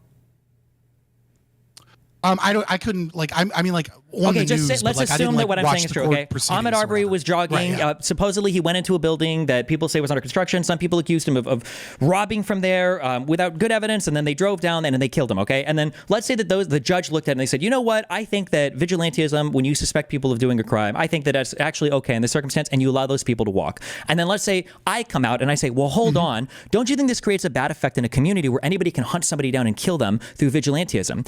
Don't you think it would be a bad thing for the community? And then you counter, well, if this person was jogging more than a mile away from their house, and if this person was going into a building that was under construction, and if so, and you start laying out all of the aspects of the Ahmaud Arbery case, I would go, well, hold on. We're not talking about as applied to this very specific case. We're talking about the rule that's now being crafted and that's being cited because they didn't say you had to have all these qualifications to be deported before. These arguments that you're giving about him passing out literature and speaking in front of Lufa or whatever the fuck else, all this shit, the government isn't saying he had to have done all of these things to be deported. They're just saying you have to protest in support of a terrorist organization and that you can be deported.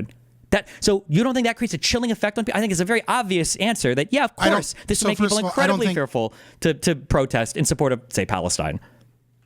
Okay, so again, there's God, man, you have so many layers where you're muddying things, man. You really do. I'm sorry, wait, explain one thing that I just muddied. Wait, wait. You just said I'm muddying. Explain one thing that I just muddied. I'm doing it right now. Calm down. So first case, right? Ahmaud Arbery in this situation, and you're utilizing the chilling effect. The examples you're giving are criminal cases. That's not relevant. That's not relevant that it's criminal. The point is that you don't have to have every single behavior. You don't have a right. Do you or do you not have a right to green card status under U.S. law? If you meet the qualifications for it, then yeah, I guess, yeah. Where are you getting that it is a right? It's a privilege. It's a privilege. Is it not? Do you have a right? Where is the right coming from? I mean, it's from law. There's statutes that govern how you can apply for green cards, and then you have rights to those green cards once you have them. What do you mean? I would disagree that there is, maybe someone in chat or someone can find it, where there is a court case that enshrines green card status as a right, as opposed to a privilege, and that you can lose that privilege. Okay, do you think that owning a firearm in the United States, is that a right or a privilege? Because I would argue that's a right that's enshrined in the Second Amendment, but by the Constitution, right? Sure. Yeah, but it can be revoked if you're a felon, right? If you're a violent felon, I don't think you can own a firearm, and that's been defended by the Supreme Court. So, is owning firearms just a privilege? Firearms is complicated because it's like emoluments clause. Okay, what about voting? Is voting a right? Because you can lose that as well if you're a felon. Yeah, pursuant to the Constitution. Yeah, I don't think voting is a right. Okay, so then there are no rights. So I don't know why you even made that distinction. There are no rights at all. Okay, go ahead. Well, no, I'm doing an internal critique to showcase that you are, again, muddying the waters because you want me to showcase that, right? Where was it that you were doing it? By comparing U.S. citizens that are accused of a crime and whether or not there is due process for that crime versus whether or not someone that is a green card holder can have that green card status revoked. Would you not agree that there could potentially be legally, and that it wouldn't be in any contradiction within U.S. law, that there could potentially be different Yes, means but that's not by the which point you of my prove analogy. those We were things? talking about whether you create a chilling effect and why you don't have to have the underlying, you don't have to match every single element of what another person did to feel like a particular thing could apply to you. It's like saying, give me an example of two things that are sweet, and I say banana and an apple are sweet. And you go, are you really saying a banana and an apple are the same thing? Isn't it possible that these two things can be different? Well, of course they're different, but for the purpose of my analogy, that doesn't matter. It's not relevant. I addressed this already, right? I said that chilling effect is a psychological thing that happens, right? Yes. And that anything that the state does, like I could have a chilling effect on all kinds of things, which is good. We want a chilling effect on some things. Right. Well, like unreasonable things, right? I could be an unreasonable person and be affected, by some action that is like completely disanalogous. We're not talking about unreasonable. By definition, we're just talking about reasonable person's fears. So that being exactly. Well, no, you have to make that distinction so that you can I don't have to make that distinction because that distinction is already made in law. There's a reasonable person standard that we have in law. You don't say that we make laws for unreasonable people. That's not how it works in the United States, but. Right, exactly. So we recognize that the chilling effect in under certain situations, like when we talked about gun laws, is one that they utilize. I think they had quite a few chilling effect case law in like gun laws, right? Whether or not it was creating a chilling effect because there was all of these regulations that essentially made it impossible to have a gun there. so people just didn't do it, right? So the reason that I'm showcasing a reasonable versus unreasonable person is that if we recognize that it must be reasonable, you utilizing the case, you're trying to create the new case, right? The new case is, what if people are arrested and the only thing they do is protest in support of Hamas? But the original case that we're talking about, why we're talking about the supposed hypocrisy of Asmongold, et cetera, is about Mahmoud Khalil. And so it's absolutely pertinent to showcase all of the ways in which a person that is protesting for Palestine, right, or for Palestinian liberation, that is not a representative, not engaged in property crime. Sure. Okay. So then here's the question. Yeah, so then let's say that the chilling effect would be unreasonable. So then let's say you're in the United States, okay, and somebody says, "Oh, this guy who's a banker who's Jewish is making way too much money. We're going to go and kill that dude, okay? Because it's insane how much money this Jewish banker has made, okay?" Would a Jew in the United States who is a blacksmith, okay, or some other artisan, or a leather crafter, or whatever you want, 1800s job they have, would that person be right to be afraid? Or would you go, well, no, that was just a Jewish banker. It wasn't anything about like a Jewish craftsman. That was just a banker. That's actually a really good analogy, right? I would say that there is a difference, but nevertheless, it is a good analogy to showcase how one factor can be so strong that it can be terrifying, right? Which is it's not that the factor is so strong. Right. It's that the factor is determinative. That's why I'm saying it. Like these laws have to be viewpoint neutral. So, for instance, if he was engaged in all the same behaviors, instead of taking pamphlets from Dua, Lop, or whatever, Kuda, he was taking pamphlets from the BLM organizers. And if instead of going into a building to protest for Palestinians, it was for BLM activism or whatever, like he might even get charged with misdemeanor crimes or whatever, but he's not going to be deported. But because it's Palestinians, which is a viewpoint, whether you support or oppose Palestine. I feel like Trump probably hates BLM as much as Palestinians. So who knows, right? He is a bit wild, but I don't know that BLM would be classified as a terrorist organization. Sure. So I'm saying that he wouldn't have the same authority. You might have a second thought about supporting and protest of an organization that the president has declared a terrorist organization.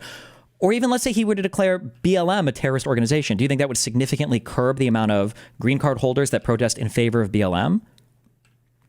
Okay, so if he were to make BLM a terrorist organization, right, and he were to engage in deporting someone simply for supporting a terrorist organization, right? So these two things would need to be true. So if he just right now, if he declared BLM, if he declared BLM a terrorist organization right now, if you were a green card holder, you think you'd be like, oh no, I'm probably safe to protest until he actually arrests a BLM person. You're willing to be the first case of that? Well, again, these are two separations, right? One is that BLM isn't a terrorist organization, and in the example, he declared it as such. And the second is that there have been previous deportations for people simply for protesting in support of a terrorist organization. As so far, I don't have that. Do you have that has occurred, that someone has been deported? I don't think anybody has been deported. Well, so far, as of yet, the Khalil trial Mahmoud guy hasn't been. Yeah, but it seems like he got the accusations are far more than that, correct?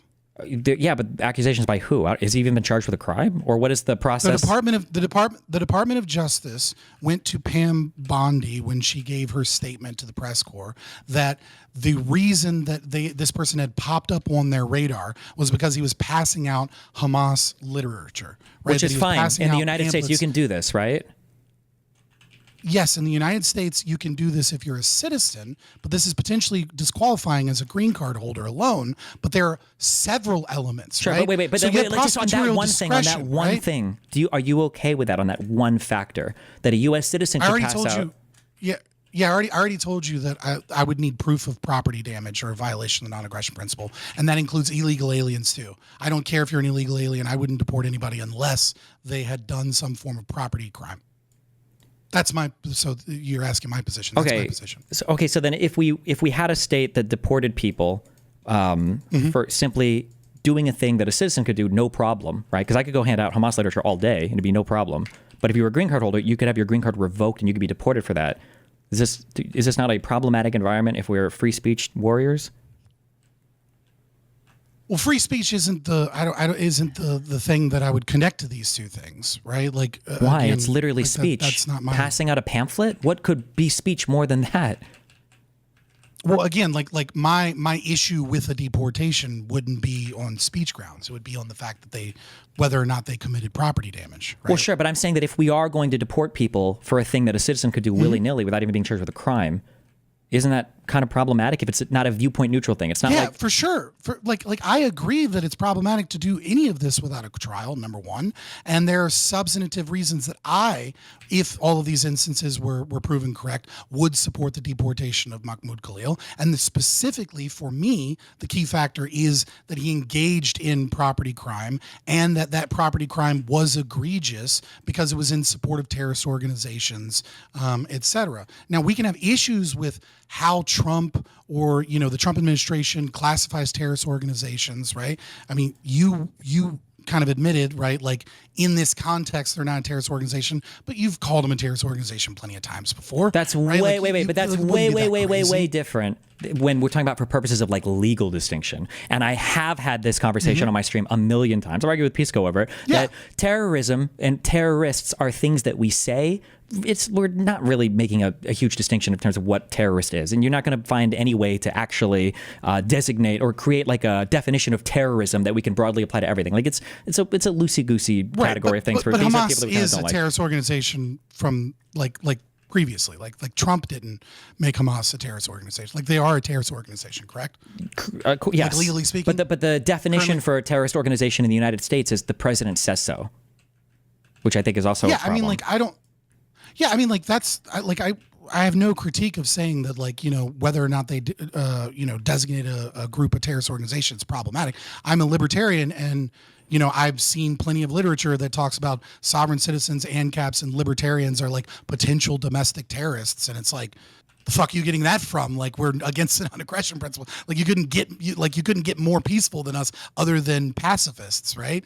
Because like that's a silly distinction, right? But again, when we're talking about, is somebody like Asmongold or a right-wing pundit or someone talking in politics a hypocrite on the grounds of free speech when they are looking at European governments that are going into people's homes, going on raids in Germany because their tweets offended people or because they were praying near abortion clinics, versus are they for the deportation of someone whose green card status gets revoked due to their viewpoint. Well, you're making the accusation that it's due to the viewpoint. Like the Trump administration isn't making that accusation. The Trump administration is saying, well, of course they're not going to, because if they say that, then it's going to be a violation of the First Amendment. Of course they can't admit it's due to viewpoint. You can't have viewpoint. Right, for sure. But like, where's your evidence that it's viewpoint and that it's not, that it's this person is severely problematic? Well, I can't ever win that because the president is allowed to declare a group of people. Yeah. Well, they're allowed to declare a group of people a terrorist organization without any process. I think the president could just say these are terrorists. But for whatever thing that you think of, not to be edgy, right? I can do, sure, I guess. But I mean, like, you're a libertarian, and I'm sure that you've made arguments in the past. I'm sure if I go through your Twitter that anything that you claim Hamas has done would easily fit the U.S. government. I'm sure it would fit the IDF for sure. I probably know every example for where this could apply to the IDF. So if you're going to say that you're supporting terrorism by supporting Hamas, I know that if a president were to come in again next cycle and say, hey, actually, I'm going to declare the IDF a terrorist organization, I'm sure a lot of people in the U.S. would have an issue with that Jews are being deported back to Israel for supporting the IDF. Well, yeah, for sure. But when I would say that's hypocritical, right? Would that be hypocritical? Well, no, it wouldn't be hypocritical. And the reason it wouldn't be hypocritical is because, and this is like, we both agree that Hamas is engaged in terrorist activity constantly, that they're a terrorist organization. And like, you've done tons of I don't know if I would agree. I don't know if I would agree with that Palestinian for purposes of, people that like, I wouldn't agree with that for legal purposes. Heavy propaganda. I wouldn't agree that. I do agree with that. I wouldn't agree with this for legal purposes, though. If we're talking about deporting people, I would only define, if I were to have any definition of terrorism, they would have to be non-state actors at the least, because having a group of people who are represented only by a terrorist organization and then banning protests in favor of that organization, I think is highly problematic. People should be able to protest in favor of the Palestinians in Gaza if they want, and their government, which is Hamas, if they choose to do so. Okay, but like, so what happens if you have a failed state, right? And then a terrorist organization takes over the failed state. So, like, would you say that the Taliban, like, you can't, like, if the Taliban are currently fighting in Iraq, and Iraq has, a bastion of defense of, like, a UN-recognized nation state, they're a terrorist organization, that's fine. But the moment that the Taliban take over Iraq, it changes in some capacity because the Taliban are those in charge of Iraq? I think because they're now the representative body of those people. It becomes incredibly hard to distinguish the two, especially if I'm going to start getting deported for it, right? It's probably hard to support. Like, I'm sure there are people that support Israel that maybe don't support the actions of the IDF, but would you feel confident as a green card holder that the government is going to be able to make that distinction in your protests if they're going to determine whether or not to deport you? Because I'm sure if you're protesting alongside other people, they probably do support the IDF. And if you're at a I support Israel but not the IDF protest, and somebody comes up with a sign saying like the IDF are God's soldiers, are you leaving that protest, or are you going to try to bully them out of it? Like it's just a huge burden that I think is highly problematic and creates a chilling effect on speech. I do think that, like, I think your examples are unreasonable. That's my issue, right? Like, I think that you're saying, like, when we look at this case has a lot of elements of an outlier, right? Well, but nobody has ever been deported for behavior. When was the last time somebody got deported for something like this? I feel like the last big case I remember had to do with like it was a big sting operation for people in the United States in around like the Miami shooting, I think, but they were providing like support for, I think it was Al Qaeda, but they were trying to like buy weapons and shit for them. I think that's totally fair. So even when it comes to governments, if you're like trying to procure weapons for Hamas or whatever, then I think at that point, even if you're an LPR, fine, we can talk about deportation then. But just for protesting in support of them, even in supporting their actions and saying October 7th was base, fuck Israel, I support the Palestinians and Hamas represents them. I mean, I think that to be viewpoint neutral, we kind of have to allow it. If you support the IDF operations in Gaza, how could you not have another person who's allowed to support Hamas's operations in Israel? Right. So, I mean, like,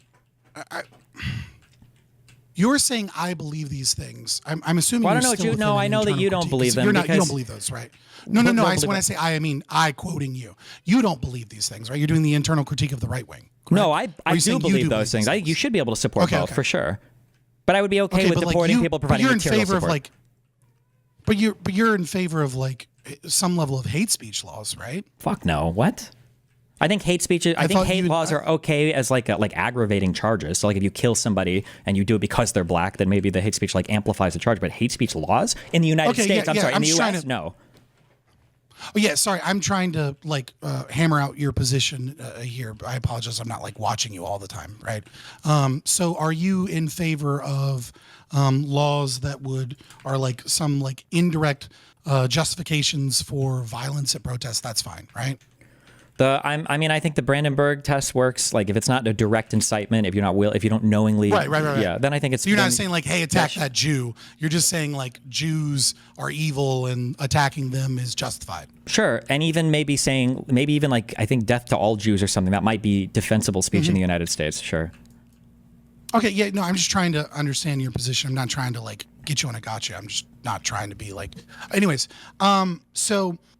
In this regard, the hypocrisy that we're isolating here is that the chilling effect from not Mahmoud Khalil, right? But the justification for Mahmoud Khalil specifically being a lack of due process and the idea that the only thing that you need to do to lose your green card status is be at a protest that is supporting a arbitrarily designated terrorist group is antithetical to conservatives' other positions and broad interpretations of free speech. That's the argument? Yes. Just as a real quick thing, when I say viewpoint neutral, I'm not trying to whatever. Do you understand what I mean when I say viewpoint neutral? Well, I mean, like, sure. Just as a quick thing. When I say, like, let me get what you're saying. Yeah, wait, real quick. Yeah. Like, when I say viewpoint like neutral, another party or something. When I say viewpoint neutral, I mean that the law or whatever that is prohibiting some behavior isn't reliant upon the viewpoint of the speaker. So, if, for instance, if I say you're not allowed to firebomb buildings, that's a viewpoint neutral law. If I say you're not allowed to firebomb buildings when you're supporting BLM, that's not a viewpoint neutral. Or you're not allowed to bully people in restaurants if you're a conservative, that wouldn't be viewpoint neutral. It's considering the viewpoint of the author in determining whether or not the behavior is legal or illegal. Generally, all laws in the United States have to be viewpoint neutral. There's a really good reason for that.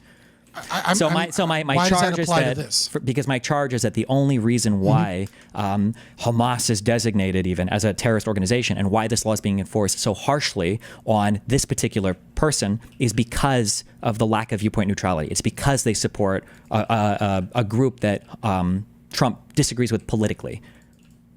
Wait, hold on. So, I mean, who originally designated Hamas a terrorist organization? I don't know, they've probably been designated for a long time, but this is the first time I've heard of somebody being deported for protesting in support of them. Keep in mind that these protests happened originally under Biden, right? And I don't remember anybody being deported or talking about deportations there under him.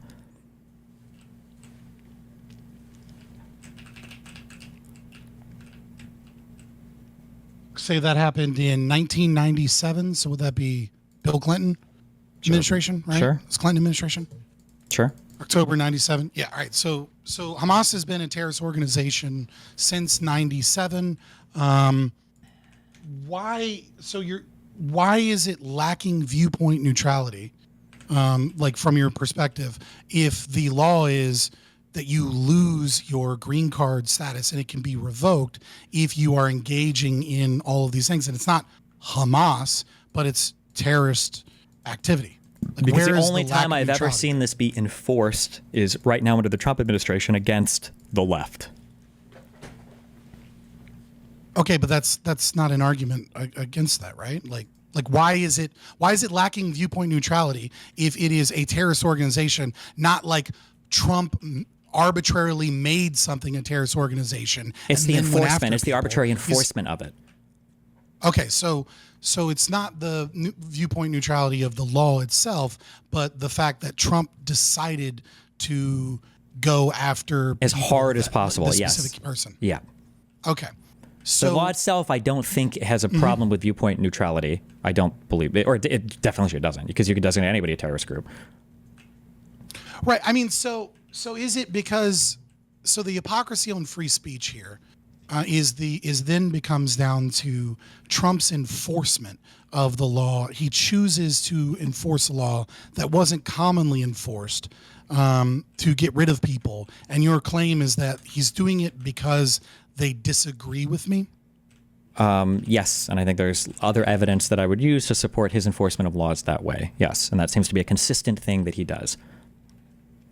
So the two examples I would say is like pardoning J6ers was utilizing the pardon power in a highly politically charged way. I would say that the 7-country ban was done in a way against, he wanted originally to do all Muslims, then eventually did 7 Muslim majority states or whatever, that like he shows a political bend to the people that he targets. And it seems like this particular thing with the enforcement of the deportation here seems to be not an outlier, but consistent with his prior behavior. Yeah, so with the January 6th situation, right, there have been political pardons before. I mean, his argument would obviously be that these were politically targeted individuals, right? Obviously, you feel very differently about that, but I don't know, I don't think we're going to just agree that, right?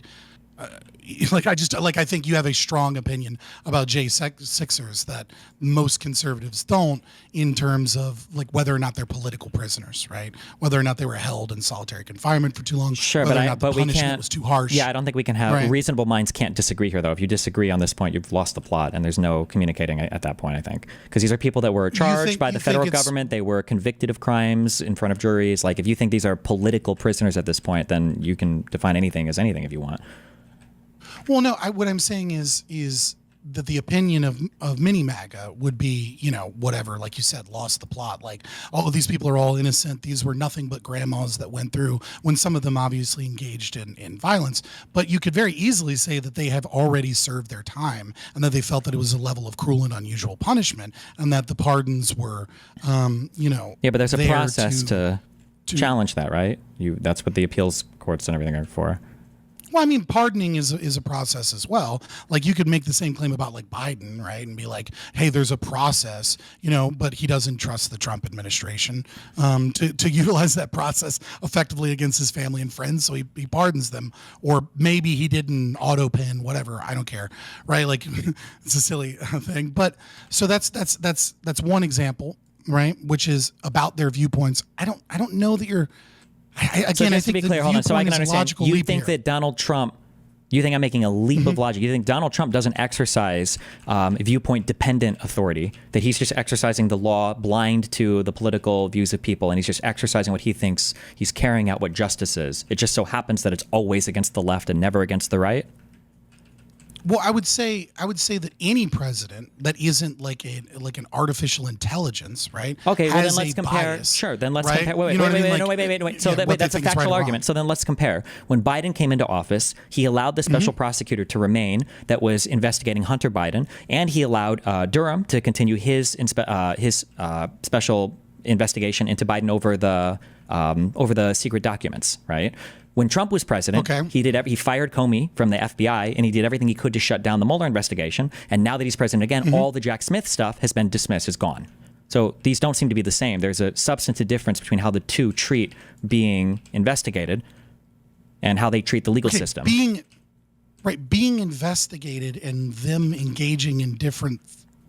I'm trying to connect this. Like, your argument is what exactly? Like, I understand. My argument is that Donald Trump weaponizes factual arguments, presumably. Right? Sure, Donald Trump has weaponized the legal system to prosecute political enemies. And the Republicans in general have done this. And the Democrats, for the most part, seem to be following established process and procedure and even give room to their adversaries for their investigations, where we got all the Hunter Biden shit from. Biden, if he was like Trump, could have easily come in and shut all that down, but he didn't. He allowed all that to continue. Donald Trump would never allow his child to be charged with a crime. I mean, like, we could get into that, but I feel like that is like a whole nother rabbit hole of a conversation about whether or not we think Democrats in general or the Biden administration versus the Trump administration, like what is and isn't, political witch hunts against one person versus what isn't. You know what I mean? I feel like that would. I feel like we're getting to a place anyways where we're likely wrapping up our arguments on this. And if you want to, I mean, I guess we can get into that, but I don't know that it's necessarily helpful to this conversation to engage with the claim that Democrats are largely, utilizing the legal process appropriately, and that Republicans, or at least Trump, is largely weaponizing it against his enemies. I think you would find massive disagreement on that. Well, but only with people who aren't familiar with plenty of debates. Yeah, but only with people who aren't familiar with the facts. And this has been consistent with every single conversation I've had on this. Like, if I were to ask, for instance, what's the similarity to the pardoning of Eric Adams? What's one similar thing a Democrat has done in the past 25 years? Dude, I'm not prepared to have a conversation, Sure. like researched well enough to bring back and recollect with my notes on these specific details versus the other. I'm perfectly fine with saying that I have other domains that I'm usually practice in, which is philosophy, as opposed to those things. I don't.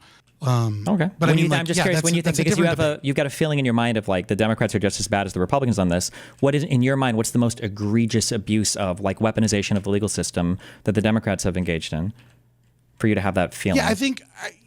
Are we specifically talking about Republicans in general, or Republicans versus Democrats? Like, what's a way that Democrat anyway, the ways that you feel like Democrats have weaponized the justice system in a way that is similar. Yeah, I would say. Yeah, so I would say that probably the Jean Carroll case was one, but of course that's just a judge. That's not the Democrats in at all. New York and their the whole 34 felonies situation, I think was rather egregious as a case. Why was it egregious? Or why do you feel like it was egregious? Assuming the facts of the case are true, that Donald Trump was using campaign funds secretly and then lying about them to give them to a guy to pay off somebody to hide a story. Yeah, so I mean, again, like I said, this isn't the conversation that I came prepared for, but off the top of my head, right? The initial crime that he's suspected of would no longer fall in the statute of limitations unless connected to another crime.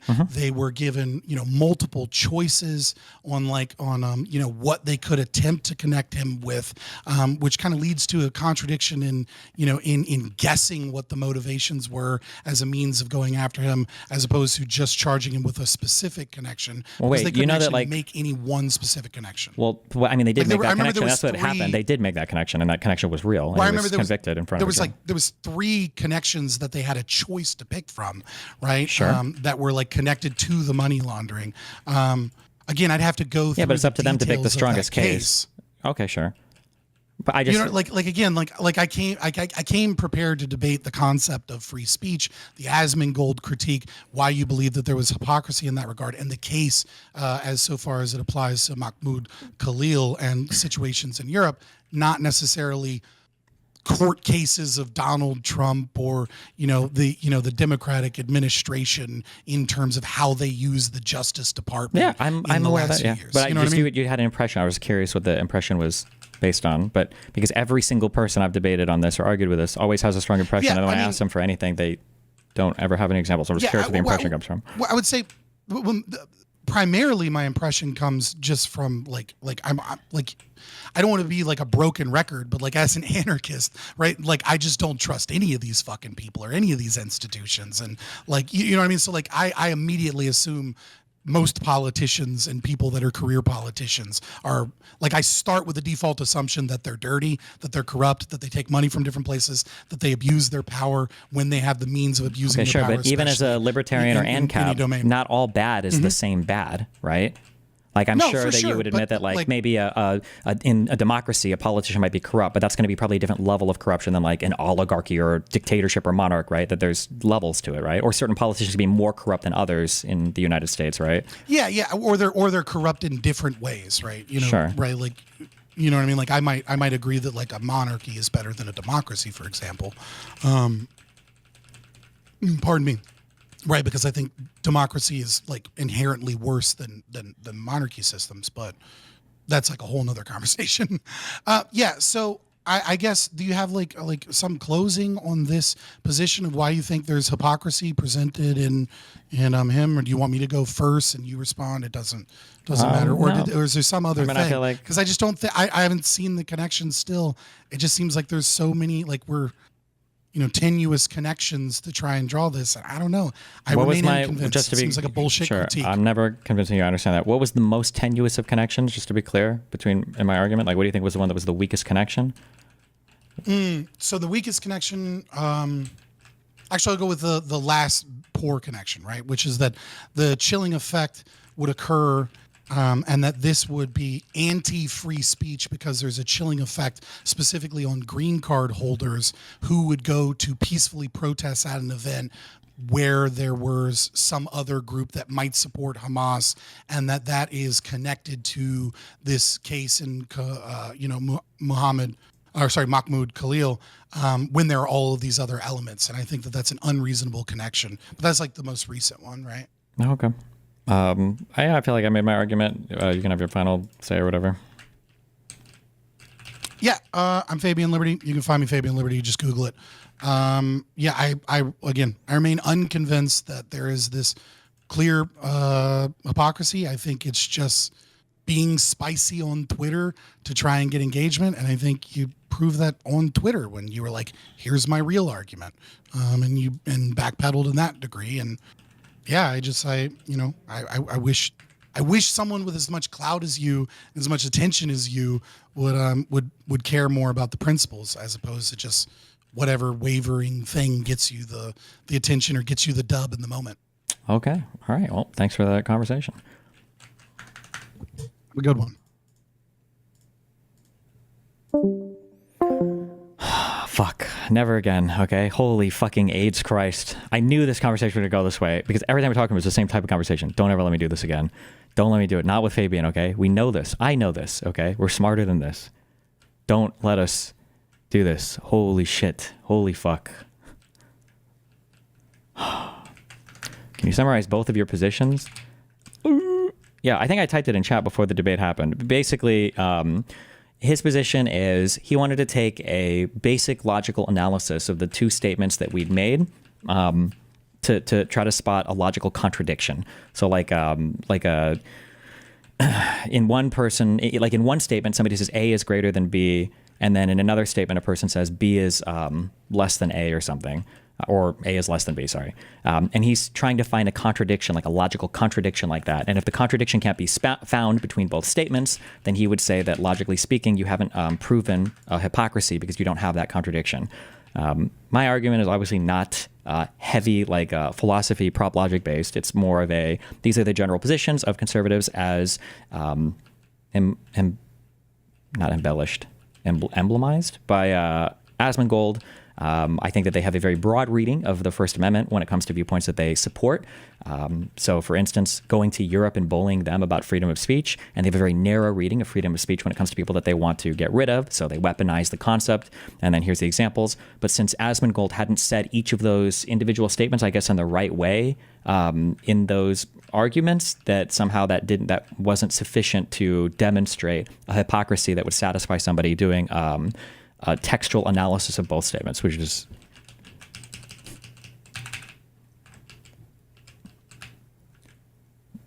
not.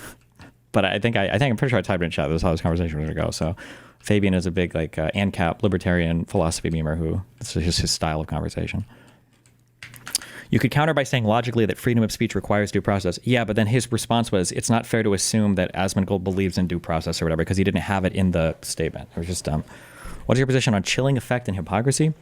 I think that if the government is allowed to deport you for protesting in support of a certain people, that people are just going to be less likely to protest in support of those people. That if somebody were to go out now and protest for Palestine or whatever, if you were a green card holder, you might be a bit discouraged or heavily discouraged from engaging in that protest, because now you don't know if you might get deported or lose your green card that due to what you're protesting. And I think that's a pretty easy, obvious jump, but